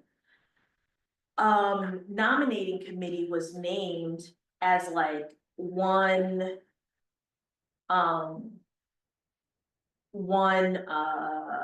way that we have for nurturing and identifying gifts. Are there other spiritual technologies or tools or strategies? Clearness committees. All right, okay, so we got nominating committee, clearness committees. My capitalization is gonna be very, let's just call it very 17th century. Maybe yes, maybe no. Maybe everything, maybe nothing. Other ways. I want to ask about clearness committees because I had a horrible experience with one. Okay. Do we, as a body, know how to do a nurturing clearness committee? Because the one I had was very damaging. And I've heard about others. Do we have this knowledge or do we need training about this? Some meetings have that knowledge. I had a clearance committee when I was getting ready to be a whistleblower that ended up turning into a worship group that met for 25 years. You can answer the question with yes and no. Yeah, There are some, depends. Some, Yeah, it's a tool, but we don't have all the skills. Well, To use it well. some have the skills and some don't, and that's part of the discernment, figuring out. Is this group able to help somebody else get clear about something? Or is it a direction committee? well, that's the big, what is a clearness committee? Right, And some people view it, Kendra, I don't know in your case, as it's an opportunity to give you advice and tell you what we think you should do. Right. That is not my understanding of what a clearness committee is. Right, And nor mine. and we have to keep reminding each other and having some structure every time we do it. I'm a big structure person. Yeah, but it's important, and just one thing to flag, a lot of the stuff that we do as friends is very countercultural. Absolutely. So when we have our business meetings, very countercultural. And if we're not careful, the culture will come in and hijack our practices. Indeed it does. I don't know whether it's a current hand, but it looks like Ellen's. I need to sit like this. Yes, Ellen. Thank you. Another brief example. In the late 80s, I had a leading that Sandy Spring meeting should have a healing light prayer circle. and 4 beloved long-term friends sat with me. All of them said, no, Sandy Spring is not ready for that now. And I felt deeply loved and accepted by all 4 of them. What came out of it was the Thursday midweek meeting for worship.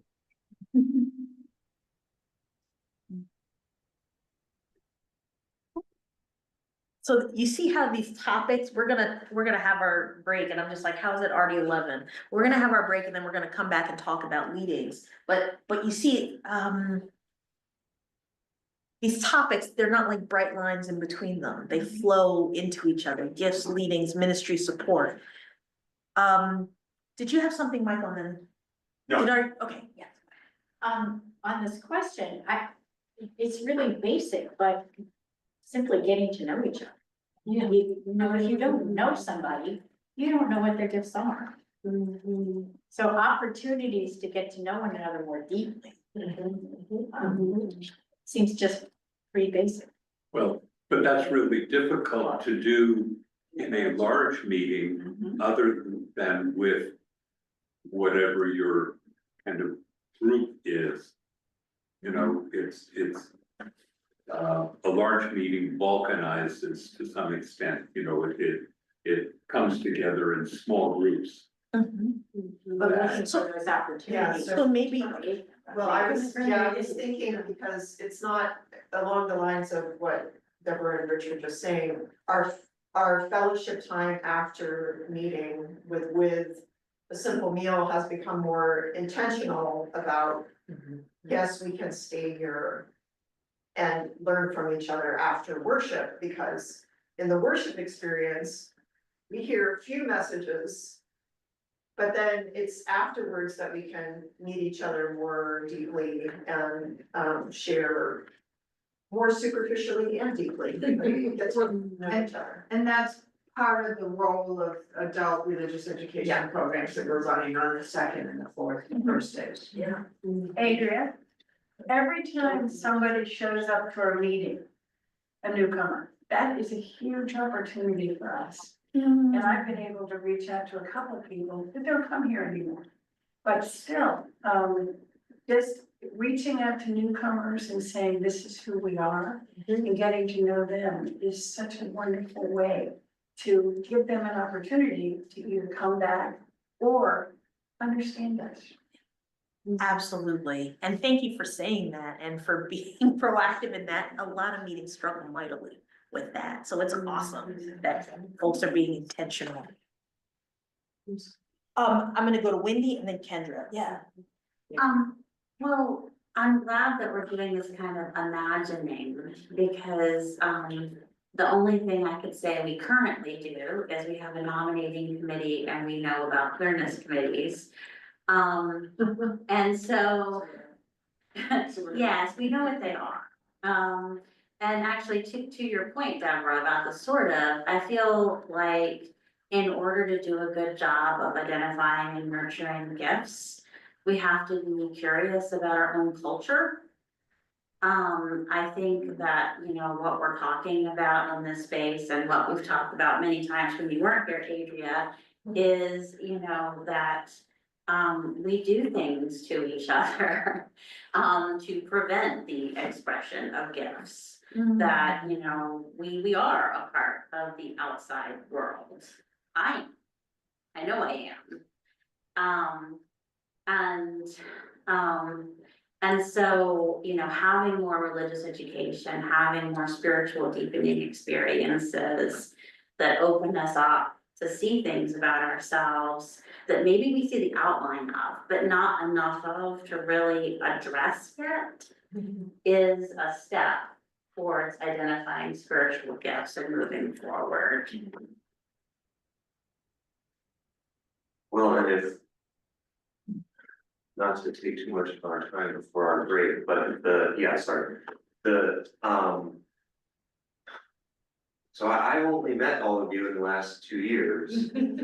And I think this is sort of something that oh, just since someone brought up welcoming newcomers, it wasn't hard for me necessarily, but it was strange, or I don't know what. My experience of trying to get to know people here, and this is not a criticism, but a lot of people came to me and asked me with real curiosity why I was here, what I'm doing. Not to be like, what are you doing here, and how dare you, but to be like, let me find out what you're doing here. And I hardly knew at the time myself. And so it was just a little bit, I don't know, it was a little bit tricky to sort of, and then it happened many times over many weeks, and I developed a sort of non-answer. But it was a little bit curious, and it really took me back the first couple of times that it happened. And I, just since someone brought it up, I'll say, I wonder what the impression that people get who have not stuck it out. I wonder what the impression that they get is, because I think we're very good at we all have done a lot of thinking about who we are and why we're here and what we get out of it. But I think potentially the way that we have interacted with people who are coming for the first time and the second time assumes that they've been able to do the same things when maybe they're not, and they don't have such good answers. And So there's maybe a sweet spot between ignoring somebody or just waving from across the room and being like maybe overly creating a situation of maybe unintentional pressure. yeah, well, and my experience here was a lot better than I went the first 2 or 3 times I went to meeting for worship were at Adelphi years before I came here. And the first time I went to Adelphi, someone asked, "Oh, how did you end up here?" And I, gave some answer that was more about logistics. You're right. Well, I met the University of Maryland, so I drove down from campus and we went back and forth a little bit, and someone said something, and I said something like, well, I had this feeling that I was in another religious ceremony, and I had this feeling that, there was something spiritual occurring that felt significant to me, but didn't have anything to do with the ceremony. And I said, I think Quakers have something to say about this. Let me go see what they're doing. This is how I came to Adelphi to begin with. And I explained that to these people. And one of them said, yeah, but why are you here? Why couldn't you could have gone anywhere else. Why are you here? I'm like, okay, I don't know. Google Maps said you were 8 minutes closer than my other options. Yeah. So here I am. Yeah. Well, I said things like, well, I appreciate the history, and I consider myself a Christian, and particularly at that time, there was the background that I was more familiar with, and so I said, well, not all of us are. Wow, okay, and that was not my experience here, not nearly, I'm just sharing that to say. Sure. But the deeper lesson for us is asking you to reveal yourself before we decide to reveal ourselves. Was off-putting to somebody just walking into the door for the first time. And as we're thinking about how we welcome people, it's not so much, well, why did you come here? It's, let me tell you why I'm here. And that might have, there might have been something if we were revealing more, that might have made it an easier conversation. That's a good point. Thanks for sticking it out. And just to kind of piggyback on what Rich was saying, that sense of reciprocity. Is it a relationship where I share and you share together, or is it that someone used the word interrogation? We're gonna. Quick related note, I'm a psychotherapist, and when I meet with an individual, adult or a couple for the first time, I start by sort of going through a list of what we'll do, and the first thing I do is introduce myself and give my background, my theoretical background, my work background, so they got a sense of who they're working with. And to a person, they always say, you know, I really appreciate that you did that. That you started us off in that way, so we had an idea of who we were turning ourselves over to, and it's a little bit different of a turning them over, but it's, there are ways in which it's very simple. Absolutely, and when you encounter people, and there may be folks in this room who've had this experience, but who've undergone or experienced spiritual trauma in a faith community, it's very vulnerable. It is a turning over. I'm trusting you with this phase of my spiritual journey. And let me speak to what Nick said. I've been coming to this meeting for about 18 months. And I've gotten to know very few people outside, and I joined a friendly AIDS group mostly because I wanted to get to know some people. And I came here in part because, okay, I don't know many people, so maybe I will get to know a few people who aren't either from my friendly AIDS group or the poetry group that I go to, or from Friend's House, which are the three places where I've gotten to know people. I've gotten to know almost no one by going to meeting for worship. So this is I'm gonna let you guys go for break, because I've been promising and it's like 11:15. So we'll go for break till 11:25, but I will say, yes, underline, exclamation point, and have you considered inviting people to lunch? So go for your break. And I'll see you at 11:25. I wanna add one thing before we go, because we're just talking about it. Social hour, lunch. Do you want to hear what I have? Maybe it's incumbent upon those of us here to be intentional about not just sitting with our laptops. But Yes.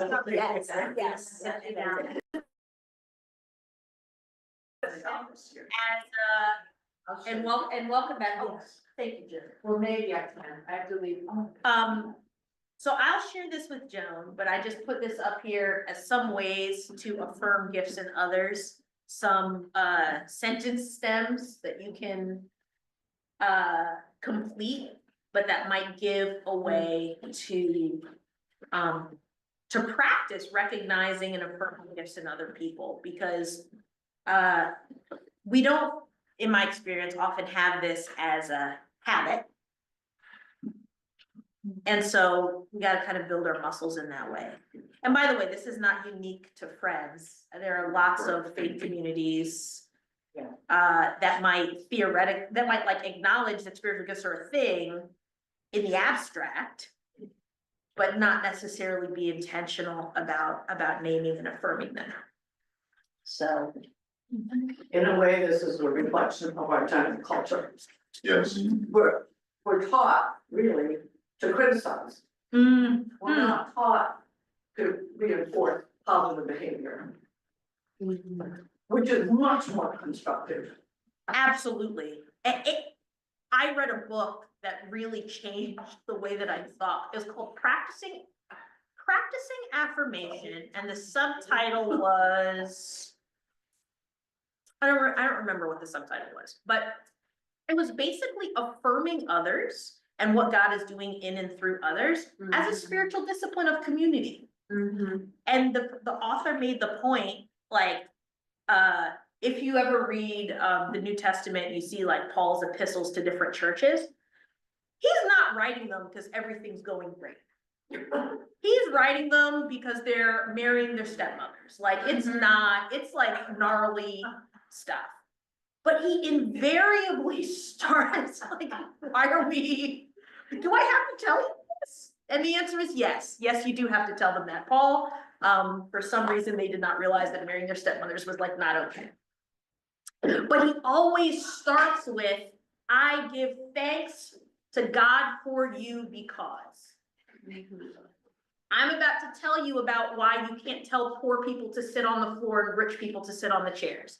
I'm about to tell you why you can't continue offering offerings to idols and follow Christ. I'm going to tell you why you can't marry your stepmother. But before I tell you any of those things, I'm going to tell you why I thank God for you. And what I already see in you and in your church that's so valuable and precious and important. And that is, to Kendra's point, super chemical. That is not normal. That is not how we usually interact with each other. Well, but that is a skill. I mean, John Gottman talks about having a soft start. If you're gonna get into something that potentially conflictual, you have a soft start so that there is some connection before you get into the rest of it. Absolutely. And to the point about eldering, when you have a culture that is affirming, that does recognize where we're already growing, where we're already being faithful, when there does come that moment of, you might have missed the mark. There's already such a foundation laid of, I love you, I respect you, I see how you're growing, I see what God is doing through you. And when I share this with you, it's out of that place and not out of a judgmental place of like, this is why you're bad. Cause you already know that I don't think you're bad because I tell you all the time. But if you don't tell, Your own heart to that interaction, that I'm not just gonna share what I know and impart to you a concern, but there's like, was said earlier, can I even take myself out of making the assumption about why you absolutely. did that thing or whatever? Absolutely, absolutely. That we start with that, that attitude of curiosity to understand what's going on. So it's already 11:30, which means we have 29 minutes, allegedly, this is what we've been told. But I wanna just talk a little bit about legal. Yes. Thank you, Mary. That's the subtitle. God-centered praise for those who are not God. So it's not just, I like your purple skirt, right? It's not just whatever, but it's really focusing on the spiritual aspect. And so that's part of what builds that culture of spiritual intimacy and respect and mutual value and appreciation. We talk somewhat about mutual accountability, but it's also important to talk about mutual accountability, appreciation and inspiration. I'm gonna talk a little bit about leadings. Because, well, hold on. So there's a reason I was supposed to do the word association. Very transparently, I'm trying to like think in my head about the best use of our remaining time. Like I said, none of the time is wasted. I hope that this has been a very rich time so far.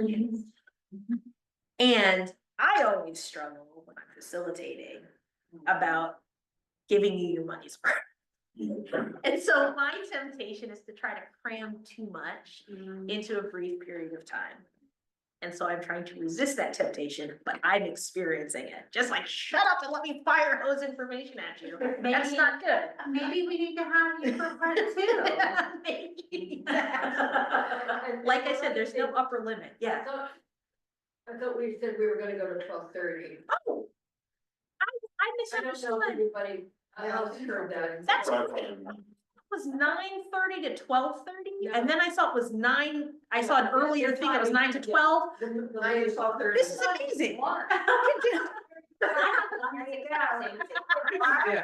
a gift. Oh, right, Oh. for lunch, I thought. Oh. I'm leaving at 12:15, I've got no more, I gotta get. You should, yes, yeah. Oh my gosh, and just like that, I feel like the gift of time, the weight just rolled off of my shoulders, this is incredible. Thank you, Joan. At the same time, Adria, I wanna say, I'd really like to be fed and to be hearing more from you. Cause we don't get to see you and you've set the stage for us doing more sharing. Right. So I'd like very much for you to impart your gifts. Well, now that I know that we have way more time than I thought, we can do like all of the above. I'm just gonna do a quick, I'm gonna set my timer. Like, I don't know what people did before you had a computer and clock and phone. It also makes calls. I don't know. I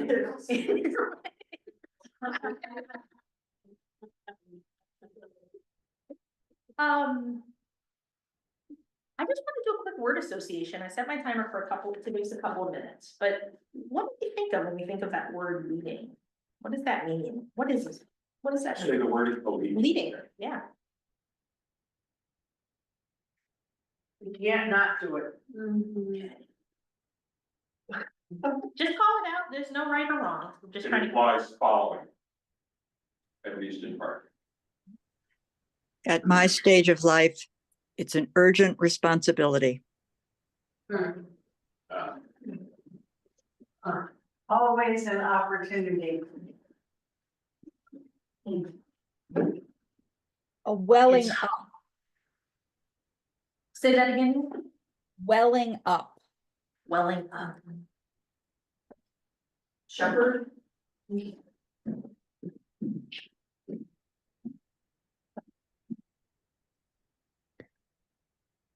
From spirit.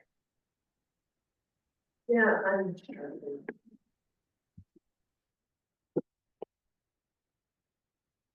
No right or wrong, it's just. Affirmed, affirmed by others. It's often something I really don't wanna do, I'd rather not do it. But it doesn't go away. Yeah. So there's a resistance piece.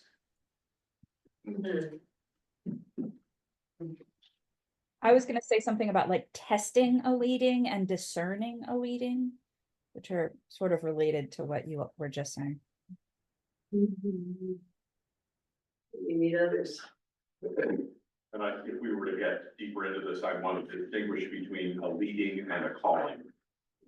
Yeah. Like when I think of resisting something, I think I'm resisting a calling. And for me, a leading is something that I have embraced.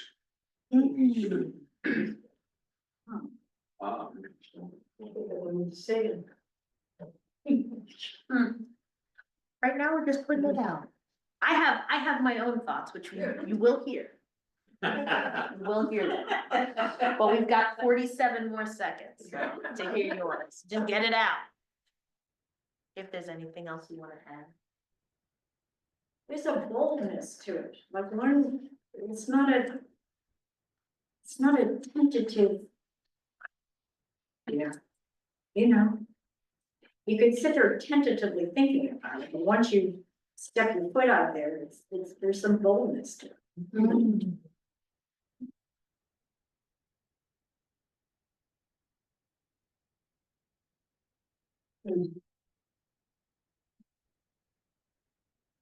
Okay. 8 seconds shy, but we'll take it. So. As I was thinking about and reflecting on and reading in preparation for this felt like a good explanation of a lead. We are led by the Spirit to concrete acts of faithfulness, whether individually or as a group.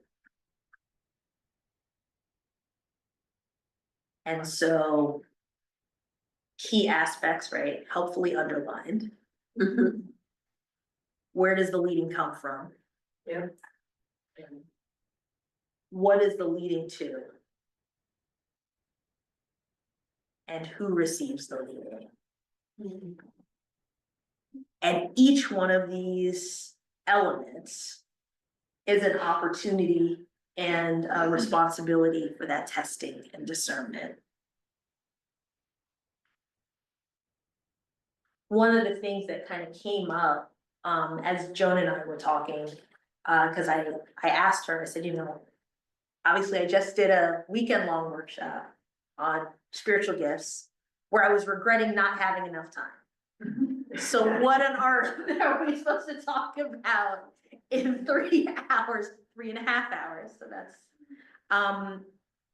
so, you know, my question for her, and some other friends in the meeting was kind of where's the meeting? And so we talked a little bit about that, which helped me to focus. So one thing that came up, and I give that all as a very long prelude because I want to give credit. Joan used the expression major should. And I was like, ooh, yes. Could you do the slideshow again? Absolutely. Yeah. Absolutely. Let me just I can't read that. pop it up. And will you share screen so we can see it? Yeah. Oh, I'm sorry. I thought I was. Use slideshow. Okay, hang on one second. So it says I'm screen sharing. Is that not true? Ellen, can you see it? I can't see it. You can see it, Ellen? Okay, then it's something I'm doing wrong. Okay, Copy your view, yeah, if you see if you can change your view. okay, yep.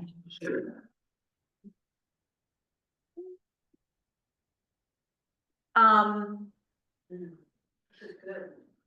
so one of the, You flush that out. I got the seed, look, you planted the Yes, and seed. then you flushed it out. So sometimes it's really hard because we have a sense of urgency because of something that comes up. Maybe it's something that comes up in the culture, maybe it's something that comes up in the meeting, maybe it's something that comes up in the broader religious society of friends. And there's a sense of like, something needs to be done. So a major should comes in response to the moment. A leading comes in response to the spirit. A major should often confirms my priorities and my preconceptions. So there's that story, and this is why I'm so bad. People are like, oh, you're a natural teacher. I'm like, that is incorrect, because I do not remember details well. But was who was it who was called to preach woe? Felt like he was called to preach woe and was told he had to season it. Does anybody know that story? So there was a probably 17th or 18th century young minister who felt like he got a message to like preach a message of destruction, change your ways or you're gonna be judged. And he was told by the elders like, season that. Not sure that that's there yet. And gradually that sense of leading dissipated because it wasn't a true leading. If you're called to like say good things to people that you're already feeling warm to and bad things to people that you're already feeling hostile to, it might not be. Doesn't mean for sure it's not. But that's a question where it's like, maybe want to sit with this and see where this goes. A leading, to Bonnie's observation, often contradicts my preferences and desires. It's often going to be something that's hard or that requires me to lay down something that I maybe didn't even realize I was carrying. When we think about a major should, there's that temptation to say yes to every good thing.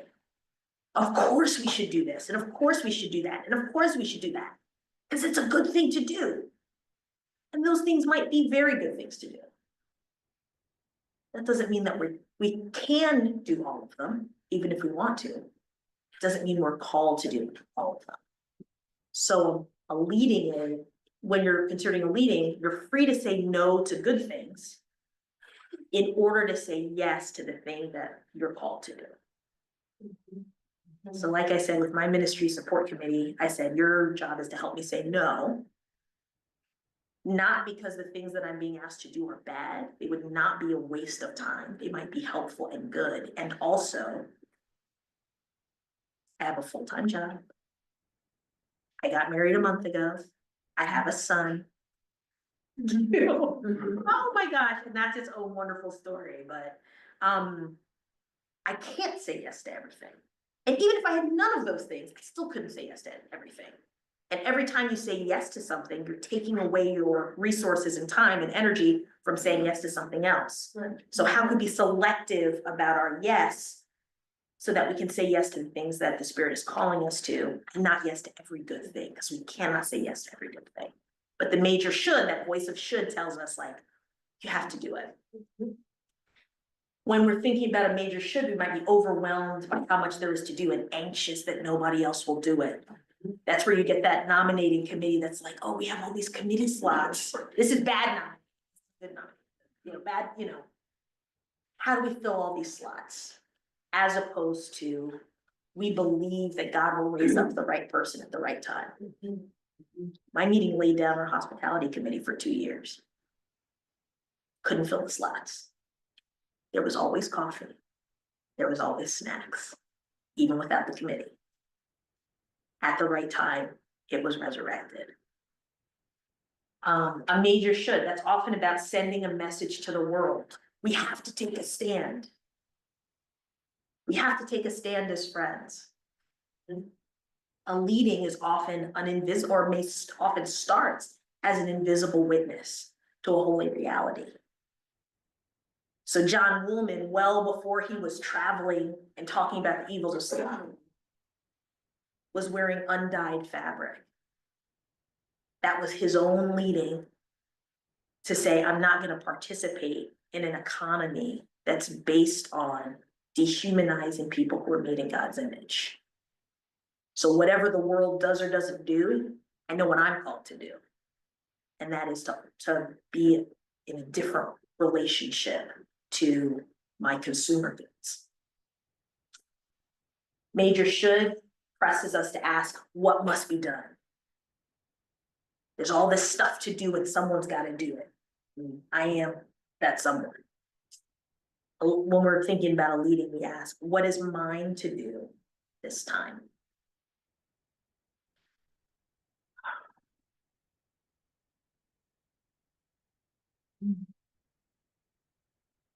So one of the things that's caused us great strife is the purchase of that cottage over there. When I look at the way that happened, it might have been on that side of the list. Which As a major should should. side. Because when I look at all those things and think of why we did this, did we take time to say, do we have a leading from spirit, from God to do something, to have this property for some, and there was no time, and we didn't do that.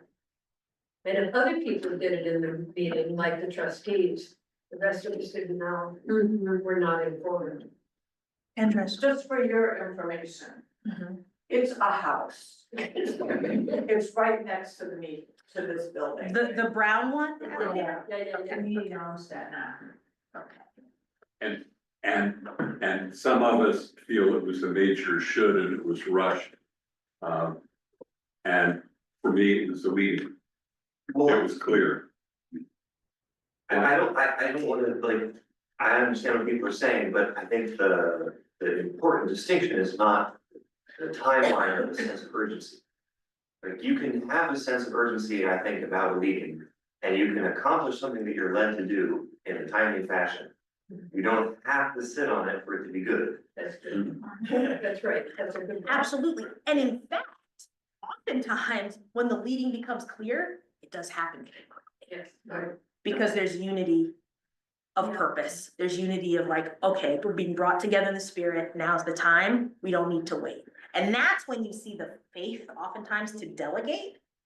Because it's like, we're clear as a body about how we're being called. We don't need to micromanage the details because we're all of one accord. When there is not that faith, the simplest thing becomes laborious because there's not a sense of trust and faith that we're moving together in the spirit. So it's not the timeline necessarily. It's not the urgency necessarily. But it is the sense that just because something feels urgent and pressing, just to be aware that could be anxiety talking. That could be other stuff. Not every voice that we hear is the voice of God. So just to be mindful of that and sensitive to that. My sense of personal leadings that I've had is that there has always been a cost. There has often been something later that is what I would think of as a reward, but there has always been a cost. Sometimes a great cost. But there's always been something later that has been a great reward. There is, in the things that I was deciding, when I was trying to make the decision of what to include and what to not include, I had put together in my notes the 5 tests for discerning a leading. I have it written down someplace. I said, no, I'm not gonna do that because you guys can all Google that. But one of the things that author, it's from the Tract Association of Friends, I believe, talks about is how early Friends talked about not fleeing the cross. That when we have a leading, it is often going to involve a form of sacrifice. on the front end. And I have learned to be skeptical of things that feel like leadings that demand stuff from other people and not from me. Like, that might be something else.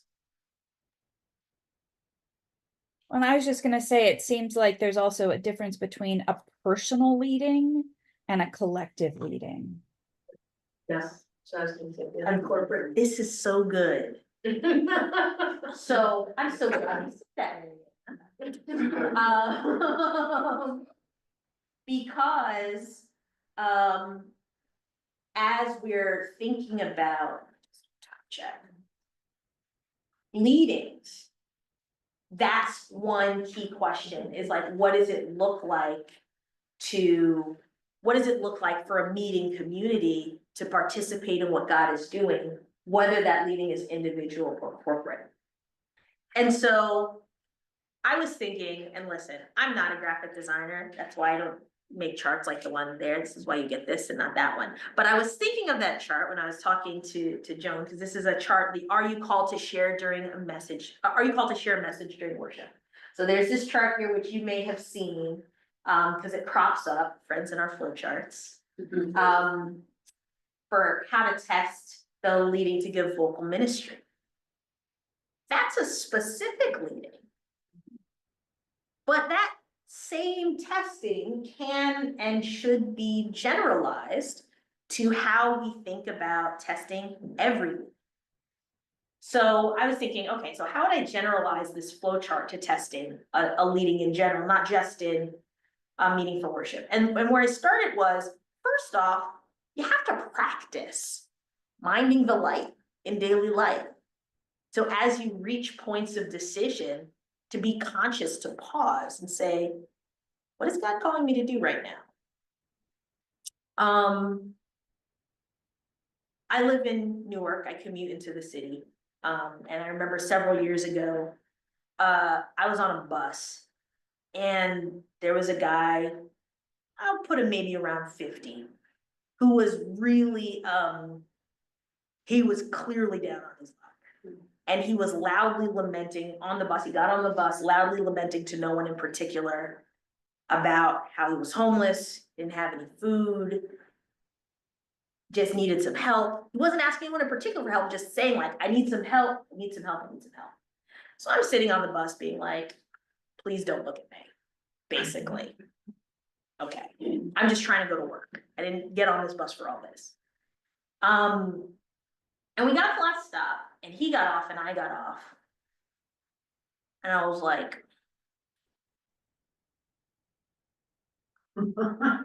damn it. I think I'm supposed to get this guy breakfast. So I go inside the train station. I ask him, do you want me to get you breakfast? There's a Dunkin' Donuts in the train station. So we kind of get there and, I get him 2 breakfast sandwiches. I was like, you want coffee? Like, I'm like resenting but like, I think I have to do this. And he asked me like, why are you doing this? I was like, I think God helped me to. It's like a very awkward conversation. Everything about the situation was awkward. But that was like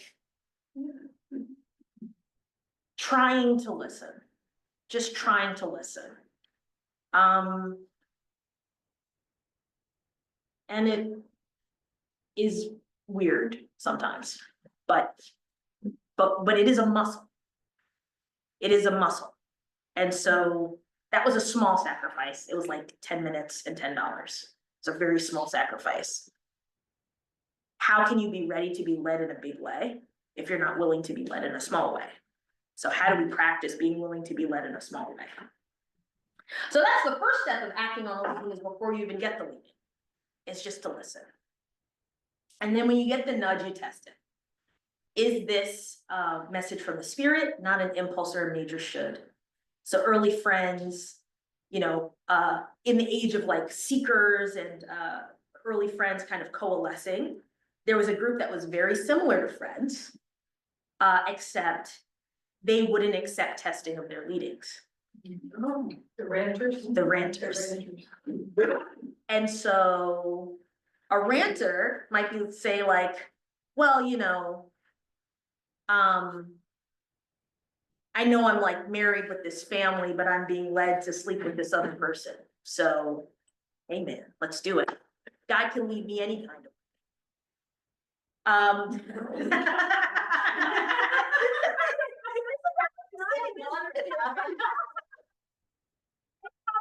the time machine from the 17th century. I don't know if you picked that up on the owl, but one of our participants in the room said, "Oh, I know some of them." God told me to, okay? So that goes back to that. If it's something that is like gratifying my baser desires, but leads me to betray my commitments, probably not from the Spirit. Okay? Probably. Now, I only say probably because sometimes we make commitments that are wrong. So if you're in a gang and you promise to kill someone or engage in some criminal activity and then you feel led to break that commitment, I'm not gonna be the one to tell you that's not from the Spirit. But you should be skeptical. In general, we should be very, very skeptical. So is this a message from the Spirit and not from an impulse or major should? If so, does the Spirit require action from me as an individual?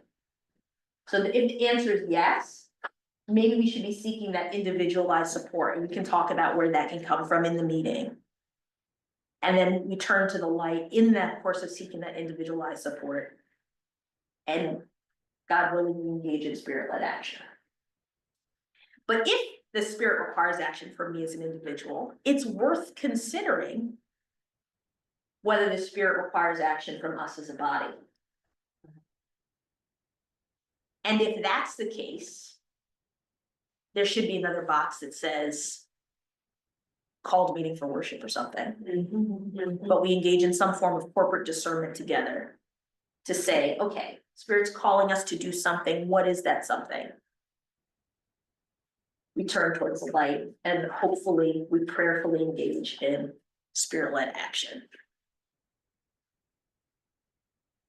I'm gonna pause and just see if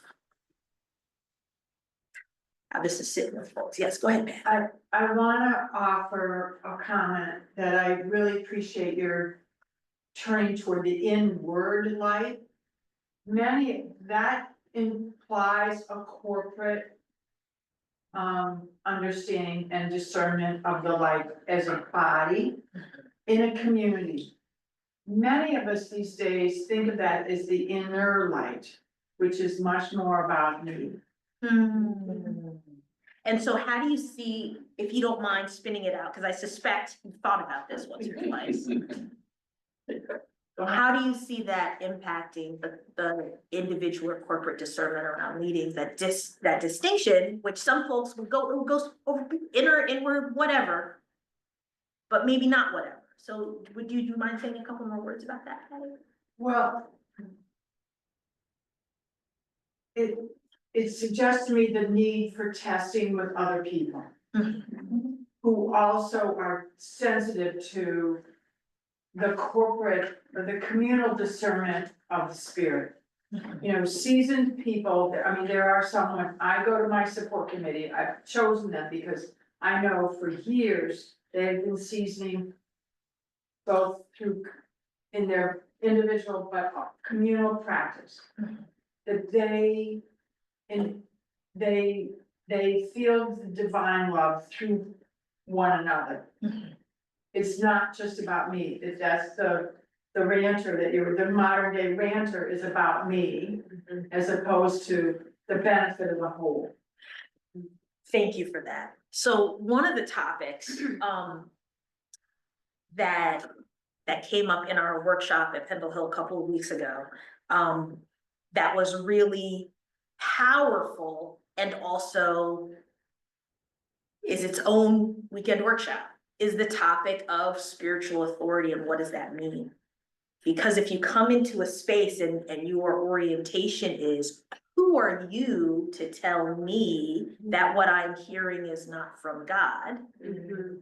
You cannot engage in this process in a meaningful way. It's only when we trust each other's discernment enough to say, I heard this thing, I think it's from God. Can you help me determine whether it is?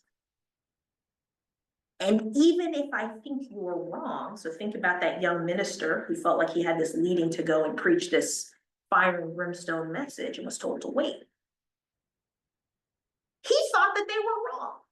He's like, why are you inhibiting me from doing what God is calling me to do? And it was only in the process of, big scary word, submitting, the leading to the corporate discernment, that he was able to get to the point of saying, ooh, actually there was more of me in that and less of God in that than what I initially thought. And then sometimes the meeting will say, no, don't do it. And they are. There's a reason it took 80 years for slavery to be stamped out of the Religious Society of Friends. They were literally waiting for meeting clerks to die because they were blocking the movement of the Spirit. But there's also a reason that there's not a Southern Quaker church and a Northern Quaker church. And there's a reason that those things had already been resolved among Friends 100 years before they were resolved in the country. It was because even though for many Friends, the leading was clear and became increasingly clear over time, and even though it was clear that there were people blocking the movement of the Spirit, there was a commitment to stick with each other and to labor together. Whereas before they had separated. Right, well, I was raised Baptist. And it's funny because I tell people like, oh, my family's from South Carolina. And they're like, so you're Southern Baptist? And I was like, you do not know much about Baptist. There are Black Southern Baptists, but not that many. Not that many. So I think another piece here is the element of humility. And what we don't like talking about, especially as women, is that we have to surrender. And we have to accept that there are, that we're just, we're important, but we're small. You know, we're part of the whole, and the symbiosis of all is what potentiates individual leaders or leadings, I guess. But that doesn't happen if we don't turn it over and let go first. And allow the humility of getting out of the way and you know, we really have to ask, is this about me or is this about something that needs to move forward? I've got like chills because you said a lot in a very few words. There's a piece that's broad culture. There's a piece of almost, it feels resonant with like American exceptionalism and like going off and being the cowboy on the white horse and I'm gonna be the hero of the story. There's a gender piece of like, if you are a member of a group that's been systematically excluded from power, then what is re-triggered when when it's told to you, you have to wait, you have to surrender, you have to submit. Like those are hard words. They're hard words in general, and maybe extra hard if you have that traumatizing history. There's a diversity, great theological diversity. I will say frankly, there are folks in my meeting, which I love. I love my meeting. I spent 2 years going to different meetings in New York and New Jersey before I landed on my meeting. I went there for like 2 months and I was like, okay, ready to transfer my membership. So I love my meeting. And I would not pick randomly in my meeting for someone to serve on a clearness committee with me. Okay? Because even though I have a high level of trust for the community as a whole, that does not mean that I have that same high level of trust for every specific individual. And so it's like, recognize when the Spirit is talking. I don't know if you know what a clearness committee is supposed to be doing and not. So what does it look like to create an environment where we know each other well enough and where we have the habits of the heart and the shared foundation in our faith and practice as friends to trust each other to help us do this work. There's some foundation laying that has to happen before you get to the point of, yeah, go ahead, Kendra. Okay, I personally, I don't think this is one spirit, think that we need to modify that a little bit. Because this is not a meeting of 15 people.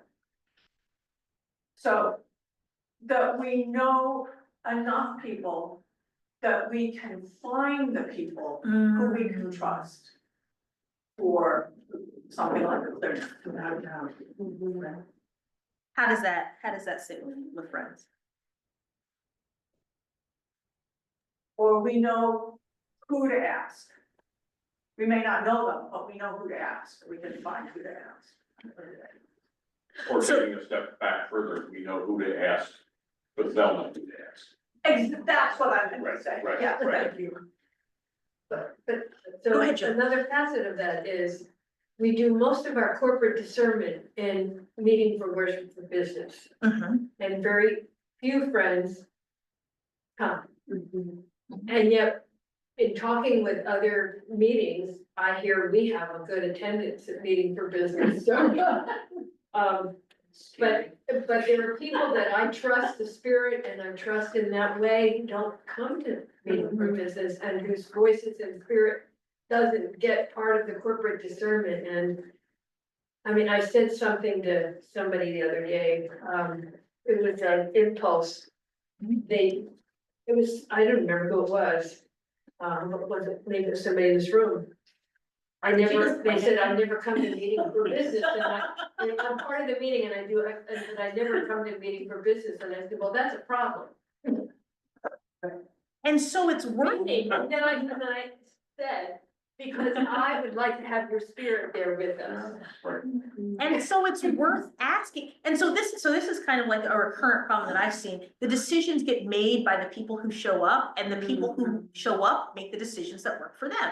And so there was a whole issue, and my meeting's wonderful. And I just keep saying that because I use all these examples of like traumatic things that have happened in my meeting. But like, if it weren't wonderful, I wouldn't still be there, right? I'm glad yours is perfect.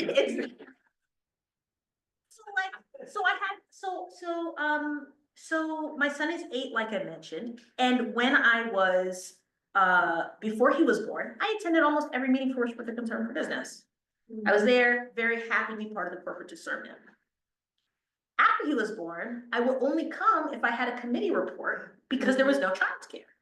And I was like ready to snap because I was on MNC, I drafted the state of the meeting report, and I had to present it. And I'm like, how can it, here's the state of the meeting. And also, how can it possibly be that you tell me how much you appreciate my service, you tell me how much you appreciate my presence in the meeting, and you are making no effort to make it possible to come? The message that I get is that my voice mattered more when I was childless than it does as a mother. Wow. Nobody said that, but I can tell because you haven't facilitated my participation. That was a hard thing for me to say because it hurts. One, because the content of it hurt, but also it's hard to say those kinds of things to a community where you really value them, because I like to focus on the things that are positive and working and flourishing, and not on the areas where I am feeling wounded. And I will say, and this is when I say my meeting's wonderful, 3 months later, there was childcare every meeting because it was like, oh, you're right. And we hadn't noticed because the people who were there were mostly empty nesters. They're not thinking about childcare. It's not their problem. So then how do we develop the muscle of saying, oh, Adria used to come to every business meeting. She hasn't come in a while. Maybe I should ask her why that is and see if there's something that we could do. Or maybe, so maybe there are some meetings where people have their fellowship, they go home, we get on Zoom. Since the pandemic, we do our business meeting on Zoom. There are other meetings where they'll just run it. They won't do fellowship. They'll run it straight from worship into business meeting with the feeling that people will need to have their day. So let's just go on ahead and do it. We'll do it together. And then that way friends can leave as they need to, but we're not taking up all day. Some places they'll have lunch in between because that's what's needed in order to keep people there. You know, they say an army marches on its stomach, a friends meeting also discerns on its stomach. So different meetings might have different needs, but it's a problem if people are clearly committed to the meeting and not committed to doing the decision and for whatever reason don't feel called to or committed to or open to or welcome to participate in the corporate discernment.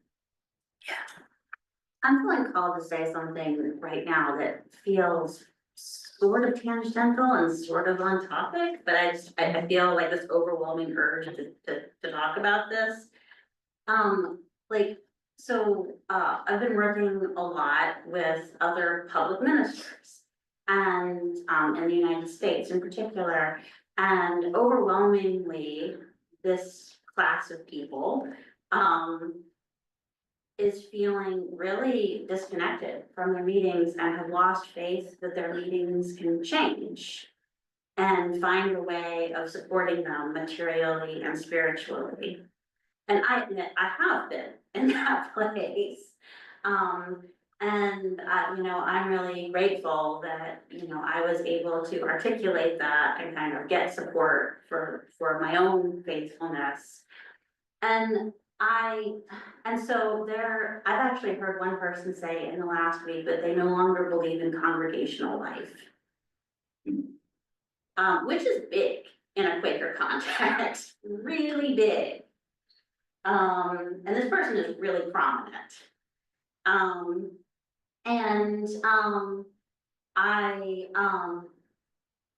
just struck by how, like, the process of struggling with one's meeting is so hurtful for so many people. And I've kind of come to so I've seen us change in my time here in good ways, in ways that I think, increase our faithfulness. And then that increases my faithfulness when I see that. And I still feel exhaustion and hurt about things. And as long as I'm honest about it, I feel like I can, receive the help I need, that I am in communication, that I am in negotiation, that I am in discernment with my meeting. And I sort of come to two conclusions that I feel some clarity about right now. And one is that meetings can change, meetings will change, meetings will necessarily change. As long as we're alive, we're changing. Like, to not change is to be dead. And I realize some people think Quakerism is dead, but we're in this room, we're not dead. So your meeting can change. And I think, the question that I think I've been posing, with some of the people that I work with is, do you have the resources, the internal, social, spiritual, and material resources you need to be a facilitator of that change? Like, what is it that you need to be a facilitator of that change? And is it only your meeting that you can look to for that? And when I say that, I don't mean like go exclusively outside of your meeting and form a little fan club or something. That's still, you by yourself, the cowboy or cowgirl or whatever.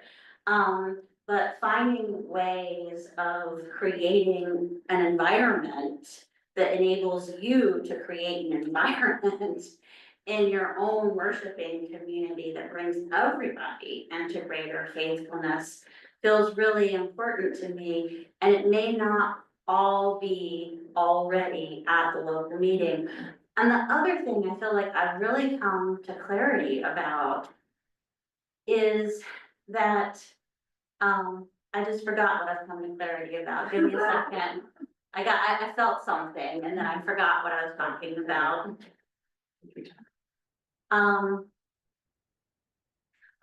That the process is the ministry. Like that all these gifts we're talking about, they don't have a product at the end of them. They do. They do. Just like the skills have a product, the skills are going towards a product. And, you know, I know in my own life, I have gained skills, I've gained also spiritual maturity. You know, I'm not as mouthy as I used to be, and it's not because I'm afraid. It's because I've learned how to control myself so that I can be kind to other people. That's a skill, not a leading. And so I feel like, you know, these leadings, these skills, these spiritual gifts, they do have some kind of product, but that's not what the ministry is. The ministry, whatever your gifts are, is to bring your worshiping community, the people that are in intimate relationship to you. That is where your commitments are. That is where your intimacy is.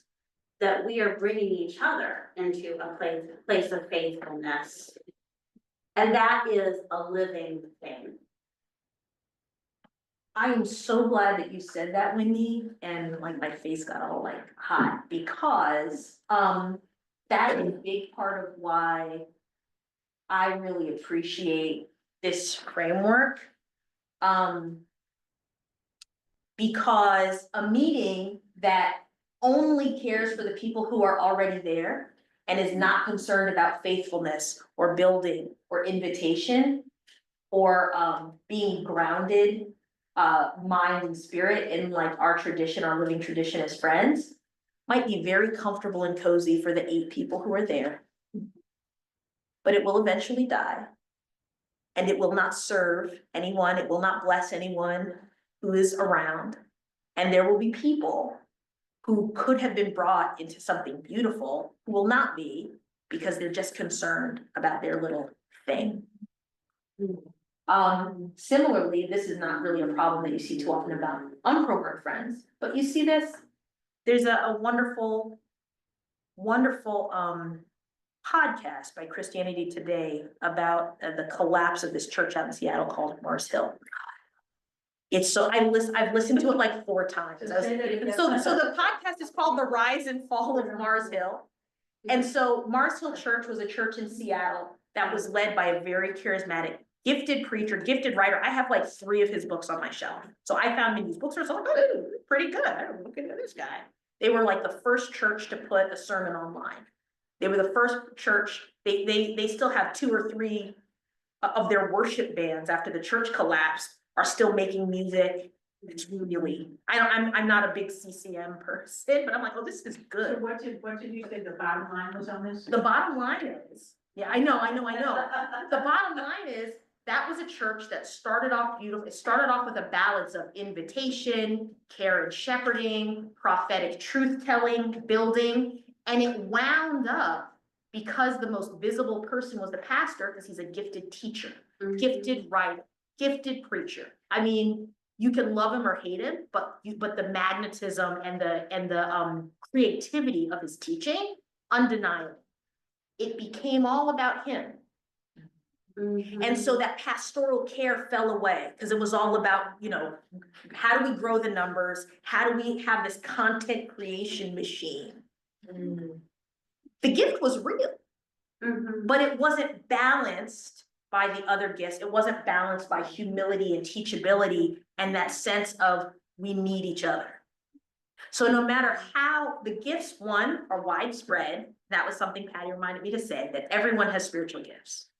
And we need to be in dialogue with people with different gifts in order to be faithful, because we will see through our lens, oh, the most important thing is inviting new people. Oh, the most important thing is caring for the people who are here. The most important thing is sound teaching. The most important thing is faithfulness. The most important thing is building institutions that'll last. We'll all see it through our own lens and in our own way.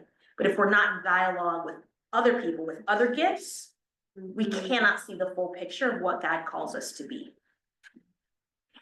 So much appreciation for that. I'm gonna give folks, because we're really almost in time. Thank you. Take care, Patty. Why don't you hop back in your triads a little bit and talk a little bit about you? I'm gonna give you 8 minutes. Is it okay if we go to like 35? We'll stay for that. Okay. So if you can get Mariana and Ellen back into a group. I just want to invite friends to debrief a little bit about how this has been.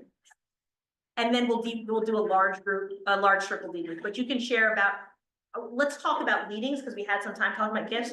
What's rising for you about from this conversation about meetings? So friends, this is fabulous, because hopefully this is a piece of a conversation that continues. But as opposed to the end of a conversation, is on the front end and not the back end. There were people, for Mariana and Ellen, I don't know how things were in your room, but in this room, I said, come on back, and nobody moved, and I was like, okay.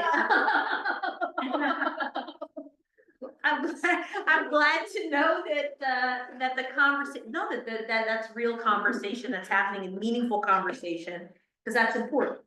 But in their case, we could push a button And then we had to force them back, so that's the artificiality of the Zoom. Maybe you guys would have. No, folks came back and I appreciated it. But I do want to just close the formal part of our time together. I said it's not the end of the conversation, just pressing pause on it. So we've talked about a lot. And every section of what we talked about could have been a weekend or a week. There is much more to be said and to be fruitfully said. But I want to invite us to close by sharing something that we will carry forward from the time we spent together this morning. And I wonder if there's a bold friend who might be willing to start us off. Now, if you start us off, you get to decide whether it goes to the right or the left. So you got a lot of power. Because I was a little distracted, can you remind me, maybe us, what the topic is? Absolutely. So as we close the formal part of our time together, I want to invite friends to share what's one thing they will carry forward with them from this morning's workshop. I came with a grateful heart, and it's more full now and more grateful. I've made 2 new connections with Bonnie and Sue. And I think I love us because we keep seeking and struggling and sharing and discerning. It's really very beautiful and exciting.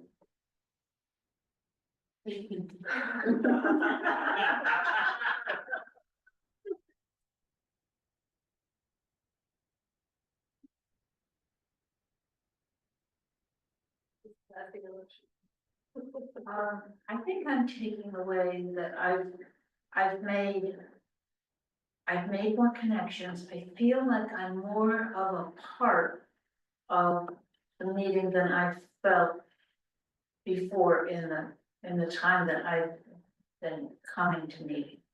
Because I've made more connections with people in the meeting. And that feels good. You go, Joan.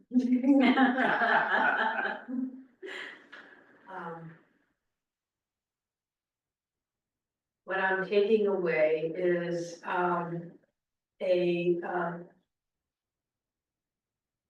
gratefulness that we were able to talk and share with each other at the level that we did.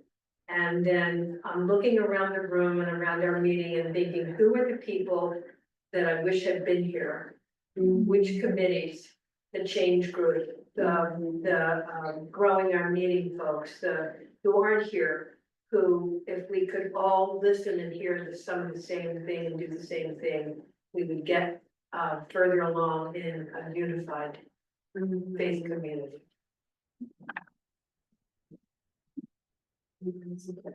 I think I mean, they can't, I was gonna do them at the end because they don't know that they're in the middle. Absolutely. Well, there you go. Should I go now? So Am I unmuted? Yes, you can hear me. Okay. Oh, I'm taking a lot with me. One of the pieces I shared with Ellen that I really appreciated is that the idea that when you're testing a leading, it's that there's specificity to the testing, right? Like you're not just testing a leading, you're testing the source. You're testing the concrete acts of faithfulness. You're testing the where it's going. And then the difference between individual testing and corporate testing. And I just have lots to chew on there. So, and I also, I hear you, Joan, you did not say that to me, but I now feel like I not only should go to a business meeting, but maybe I want to. You're getting some very supportive, this in the room.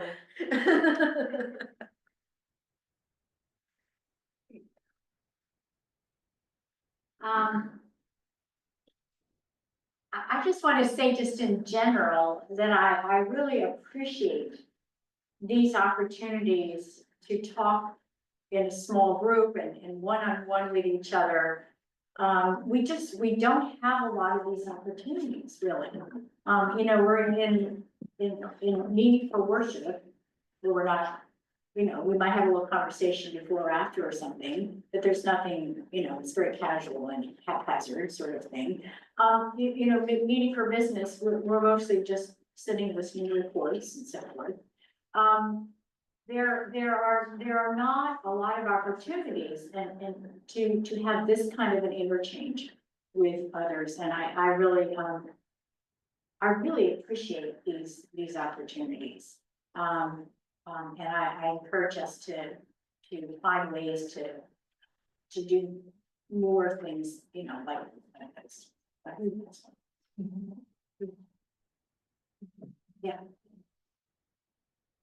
I feel like I am hearing a message about transformation, and about how transforming religious communities transform ministers, and transforming ministers transform religious communities.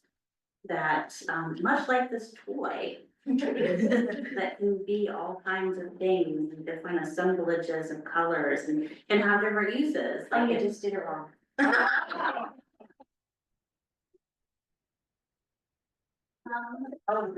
That's some thanks. We're not doing it right.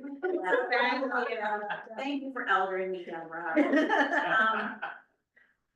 But, much like this toy, we are flexible and can find new ways of being assembled together. And that, much like this, we give each other permission to talk. And we give each other permission to listen. And we are alive right now and together. And we can grow together.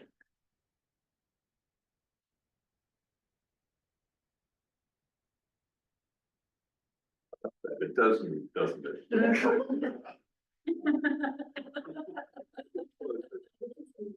Right.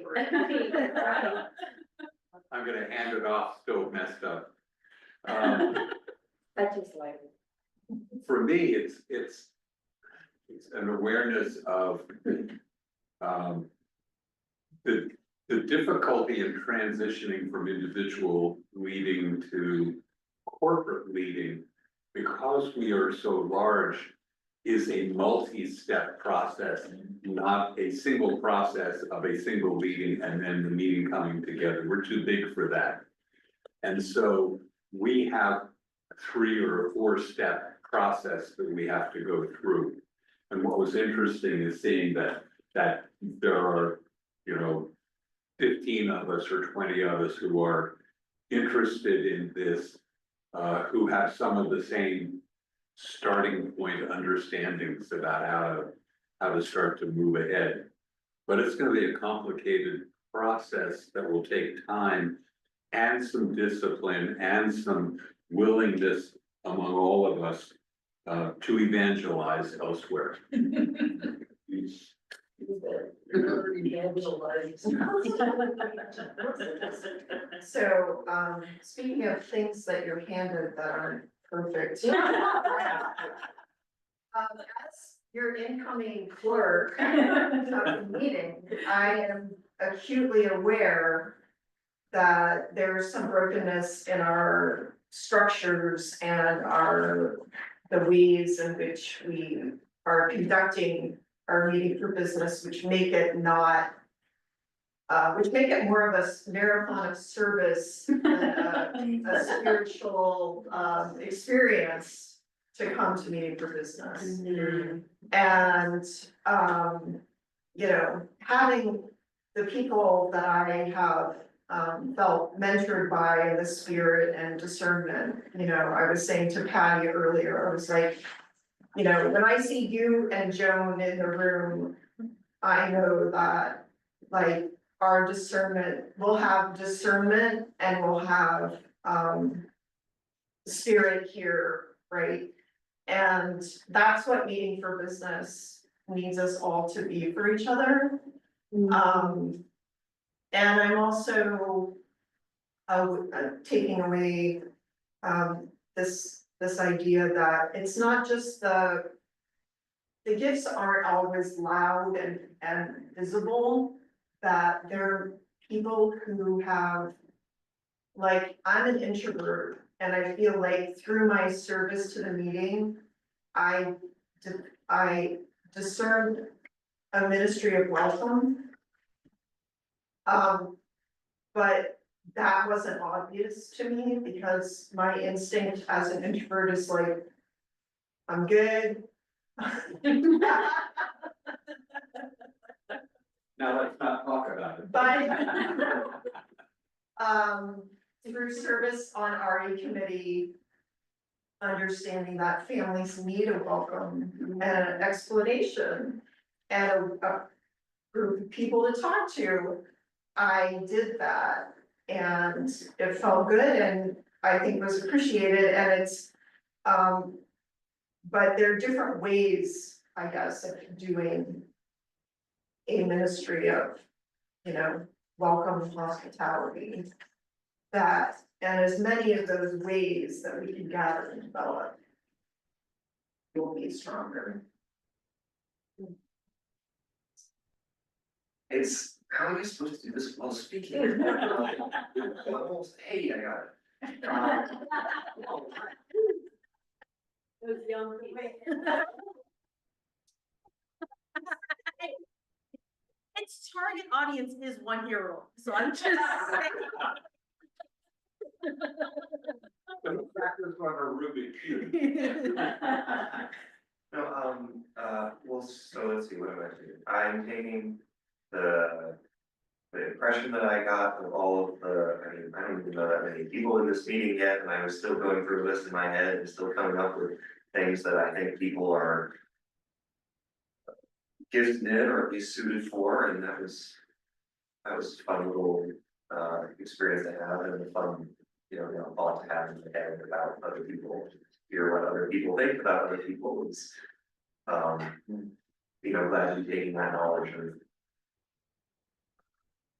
everyone else in the meeting. Also, I'm struck kind of by how we were talking about gifts and we were talking about leading, and still we ended up coming back to, I think, the things that we all really wanted to talk about, which was how our own meeting is doing, how our own class is doing, and how easy and pleasant that was, and it doesn't feel like it was out of place or disconnected from the content that we had to address or anything like that. And so I'm very content with that as well. That's what I do.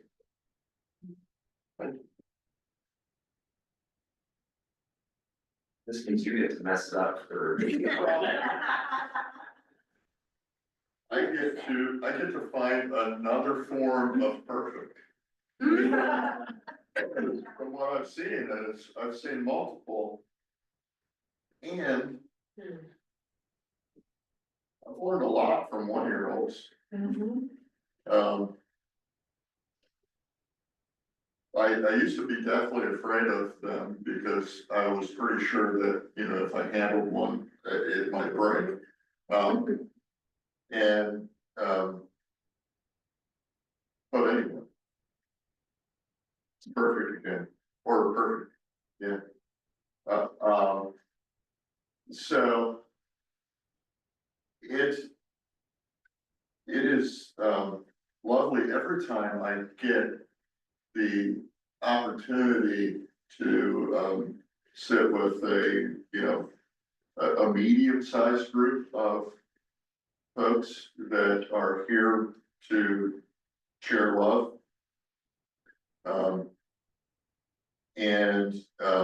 Which I experienced today, and I'm grateful for.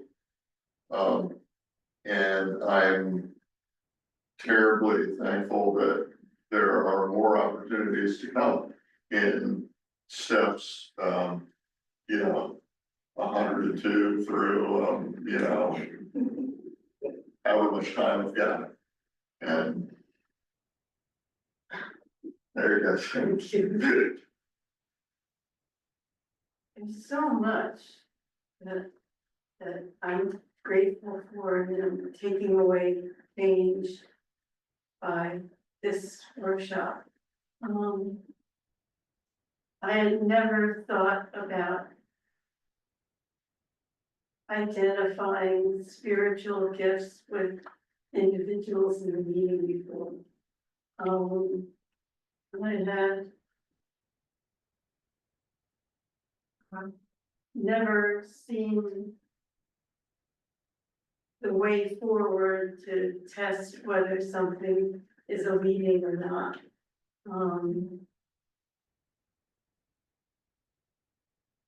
But I think the greatest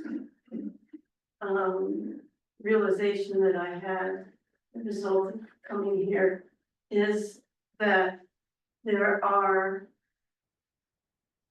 enough people with the desire to make our meeting much better, even here, so that I'm confident that it's gonna happen.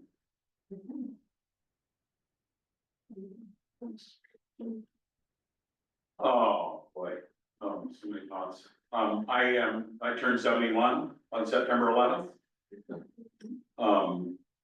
And I'm aware that having turned 71 on September 11th, that I have outlived both my father and his father. And so the sort of confluence of the September 11th birthday and having outlived now both my father and his father, leave me deeply aware and appreciative of the opportunities that are await me. And deeply aware of how precious, Mary Oliver comes to mind. What will you do with your one wild and precious life? I'm due to retire from my psychotherapy job in May. And this both gives me pause and excitement, right? What the hell am I gonna do with my time? And part of my gift from being here was having both more peace about not knowing entirely what I will do, and also a couple of new ideas, and more faith that I, along with my various circles of people who I know and trust and love, will find it path. Thank you.